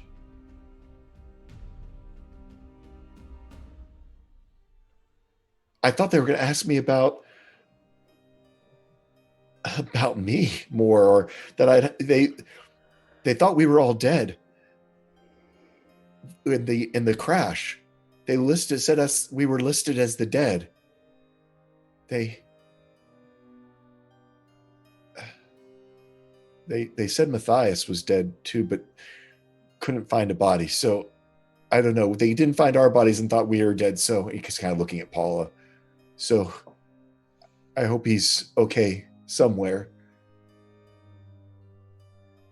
I'm sure he's fine. I mean, we're fine, right? So, you know, Paula's kind of like looking to the others for like reassurance and validation. Like he's right. He's probably fine, right?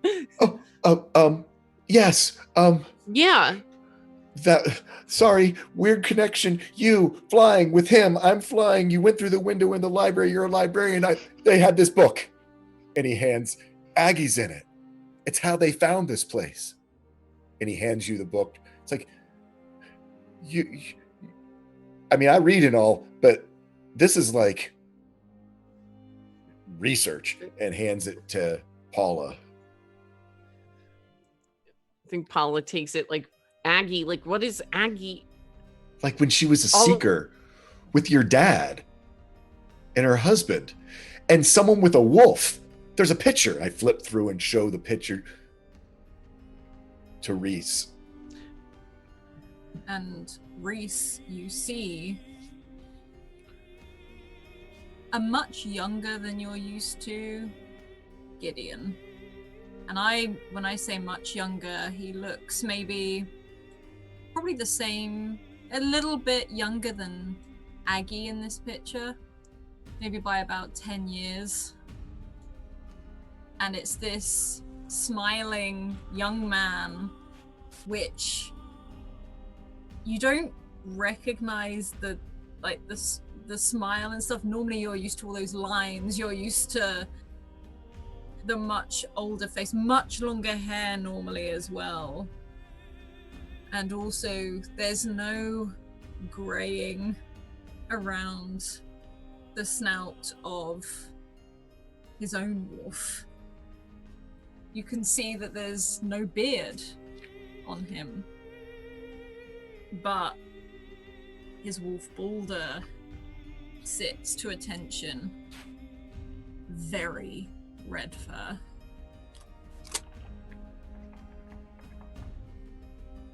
I don't think I've ever seen a smile that big on him.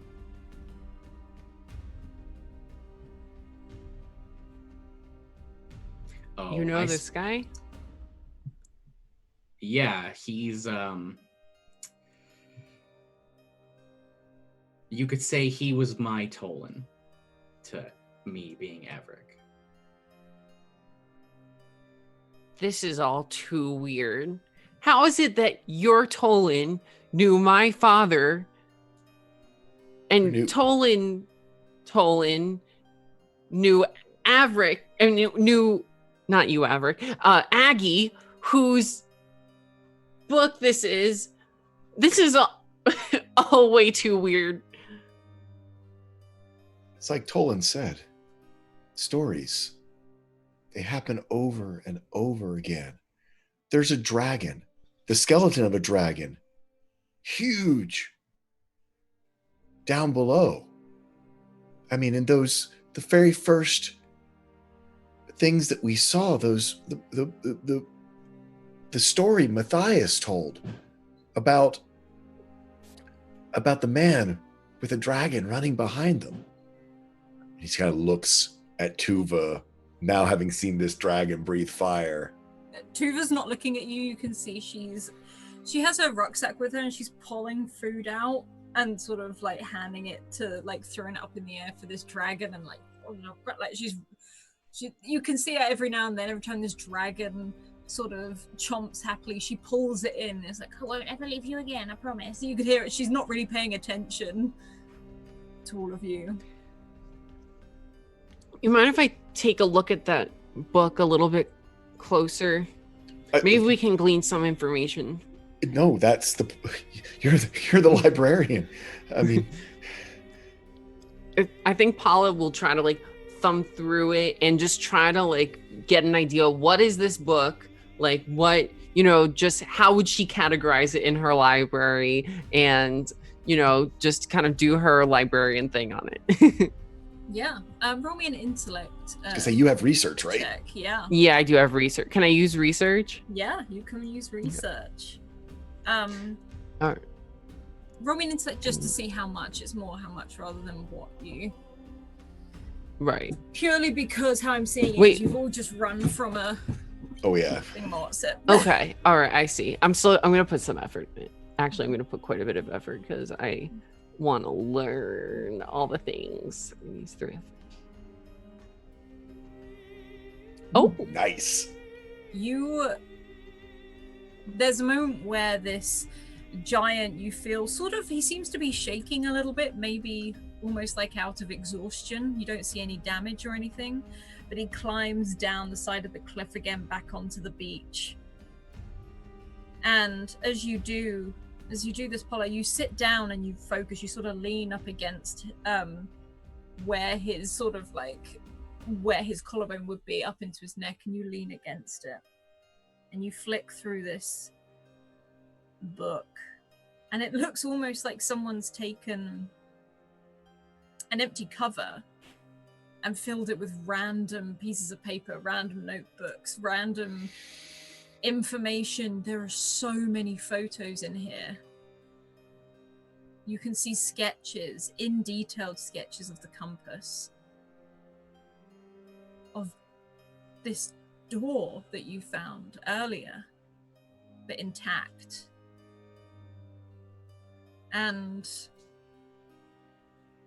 you look at all of this and you find a lot of inscriptions in here that you think, with maybe a day's worth of research, especially with you could figure out what they say. And it's just pages of it. And there's a real mix of things in here. Photos, notes, sketches, drawings. You see a sketch of what looks like the beginnings of a bridge. And there's so much information in here. And as I said, it'll probably take a day, but Polla could easily decipher this. And you notice a lot of the symbols in here are the same on your compass. Can, at this first kind of flip through, am I able to glean who might have been the owner of this? You definitely can. You sort of go through. It looks, first of all, you can see lots of different handwritings in here. It looks like lots of people have added to this, or maybe they've just tucked in the notes of others. But the person who wrote this, you can see as they sign off at the beginning, it's a very sort of elaborate signature and a small bear drawn at the end. It's Tom's diary.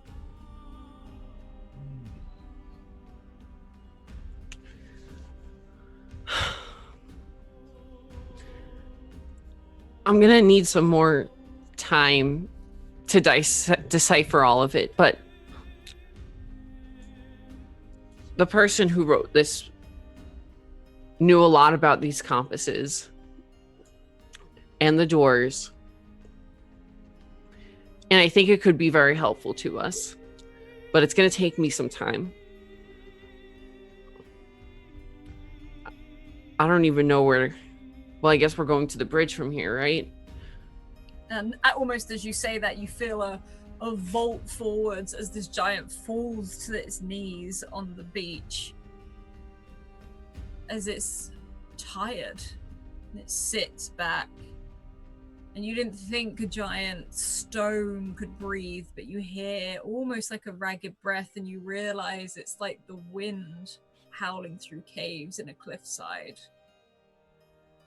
And he sits and smiles. I require a day's rest.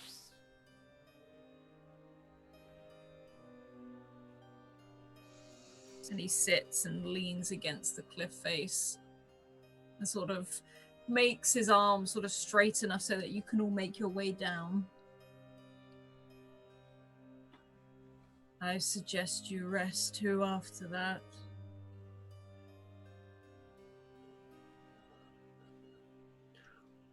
I think this thing might have a point.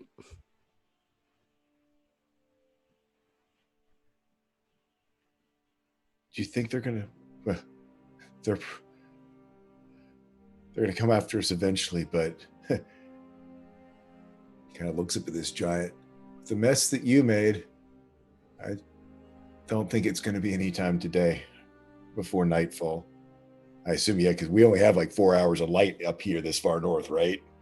Well, Yeah. you have about 6 to 7 hours, and you've Total, definitely yeah. used most of it. Yeah. Yeah, and I'm sure it gets cold, so we're going to need a fire, right? Or something to stay warm. They had all kinds of magic things to make it comfortable there, but here... I can provide shelter. And he sort of scooped the sand. He sort of gets you, he scoops the sand around you and pushes you all closer towards the cliff face, and then sits around you with his back to the ocean, and sort of leans forward, and you can see him very sleepily rest his forehead against the cliff. And to someone just walking past, it just looks like where Outcrop. the rocks join.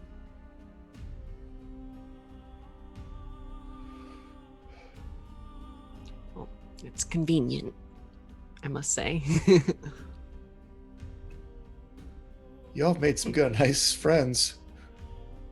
Yes, we have. And Florence will put another hand on their new friend.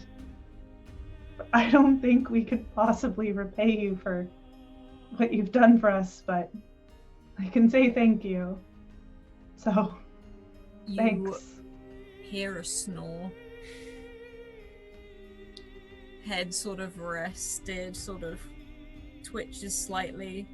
Hands creating these fists sort of either side, almost creating archways. But you are sheltered. He snores. It sounds like crashing waves. Kind of reminds me of home. Yeah.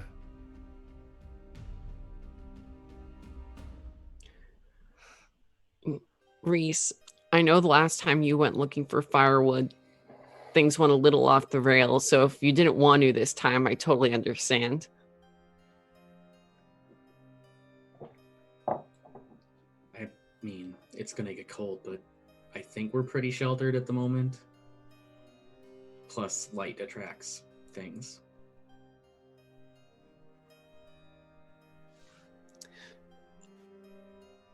Yeah, that's a good point.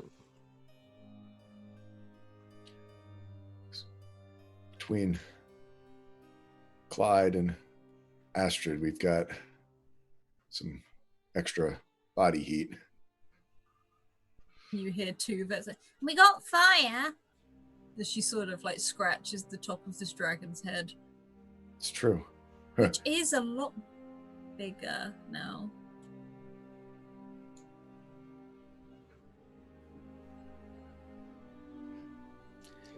That thing has certainly grown quite a bit. She eats a lot. Like me. It's nowhere near as big as it's gonna get. And she smiles and looks over at this dragon. We're gonna have to give each other flying lessons, though. And I kind of nudge Tuva. And she grins. She's like, I already know what to do. I've read books. Can you teach me? she sort of looks at you up and down, looks at the wings. I think it's possible. I did my best. I was kind of in a hurry. You have to do everything I say, though. Okay. And she And when we smiles. find Matthias, he'll be able to help the both of you. Yes. We're gonna find him.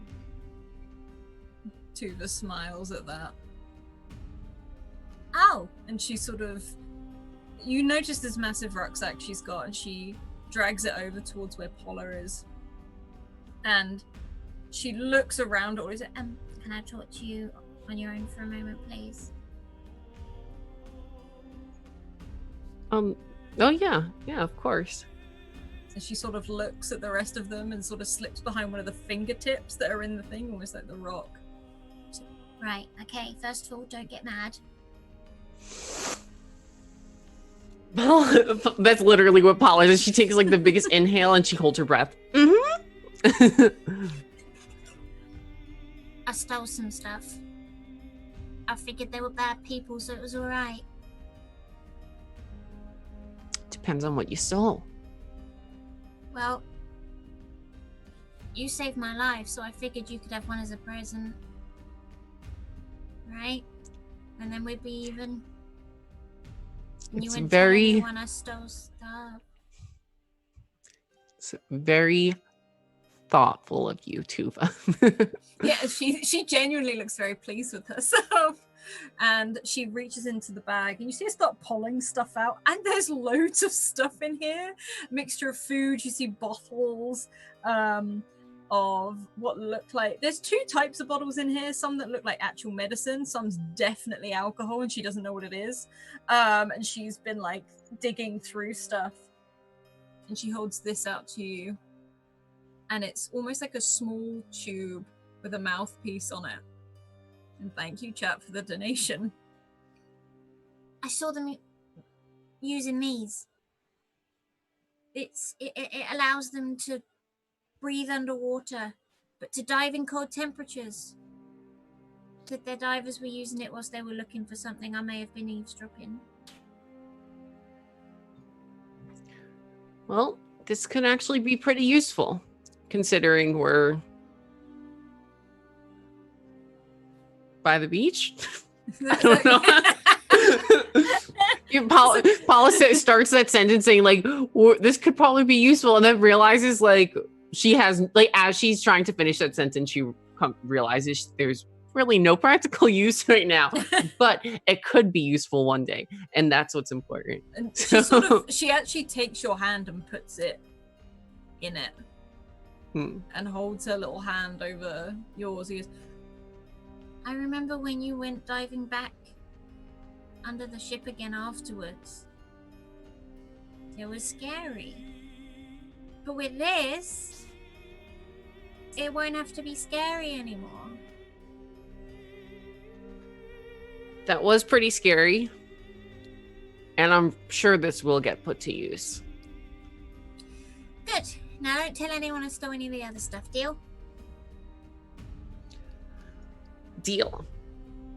and she smiles and gives you a grin and shakes that hand. Also, I think Layara is looking, seems to like you. And you can see this dragon is currently like clinging to one of the rocks, just like trying to figure out what it is, like gnawing on the side of it. Yeah. Layara has also been rather useful. And she smiles. I Just swiped food too, and I'm pretty hungry. Do you want something to eat? yes, I would. I am very hungry. And you know, in the future, stealing is bad. Like that must be said. You know, that has to be out there in this conversation. Stealing is bad.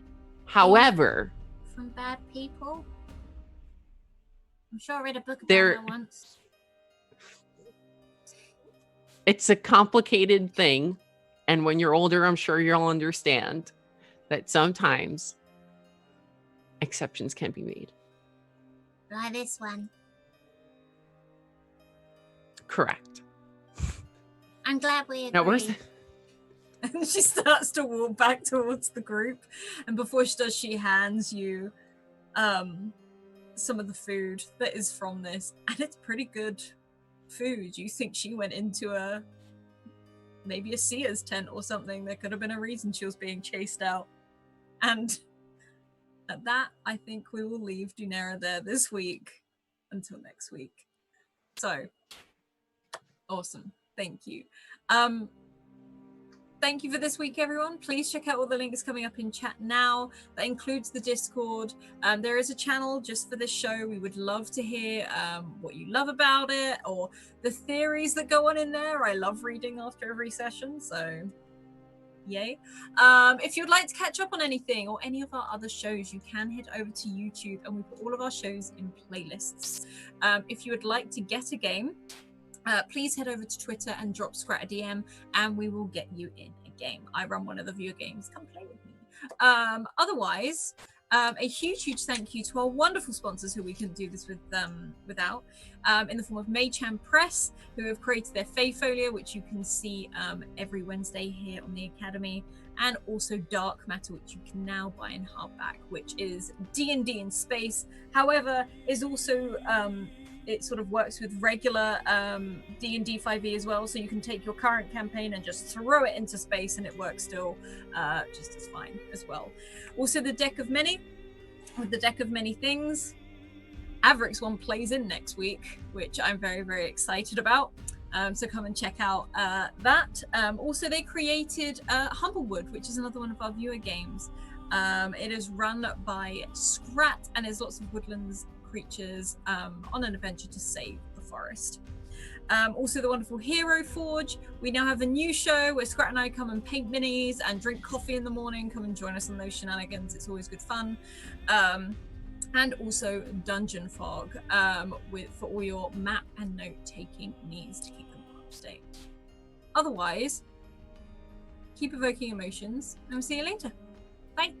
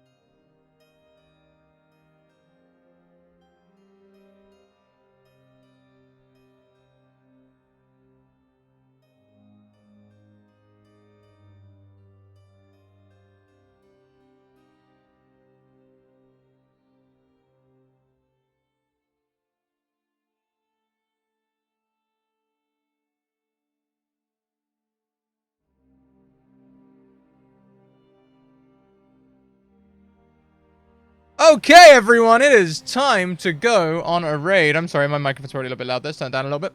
It is time to go on a raid. We are going to go and raid the D&D channel. They're playing some remote D&D at the moment, playing the Tides of Wildemount. So, let's load up. Have I started that yet? No, I haven't made that raid cry yet. I will make that raid cry emote very soon. We will make a raid cry thing again very soon. Let's go and raid the D&D channel. Come and bring the hype, everyone. Bring the hype. See you over there.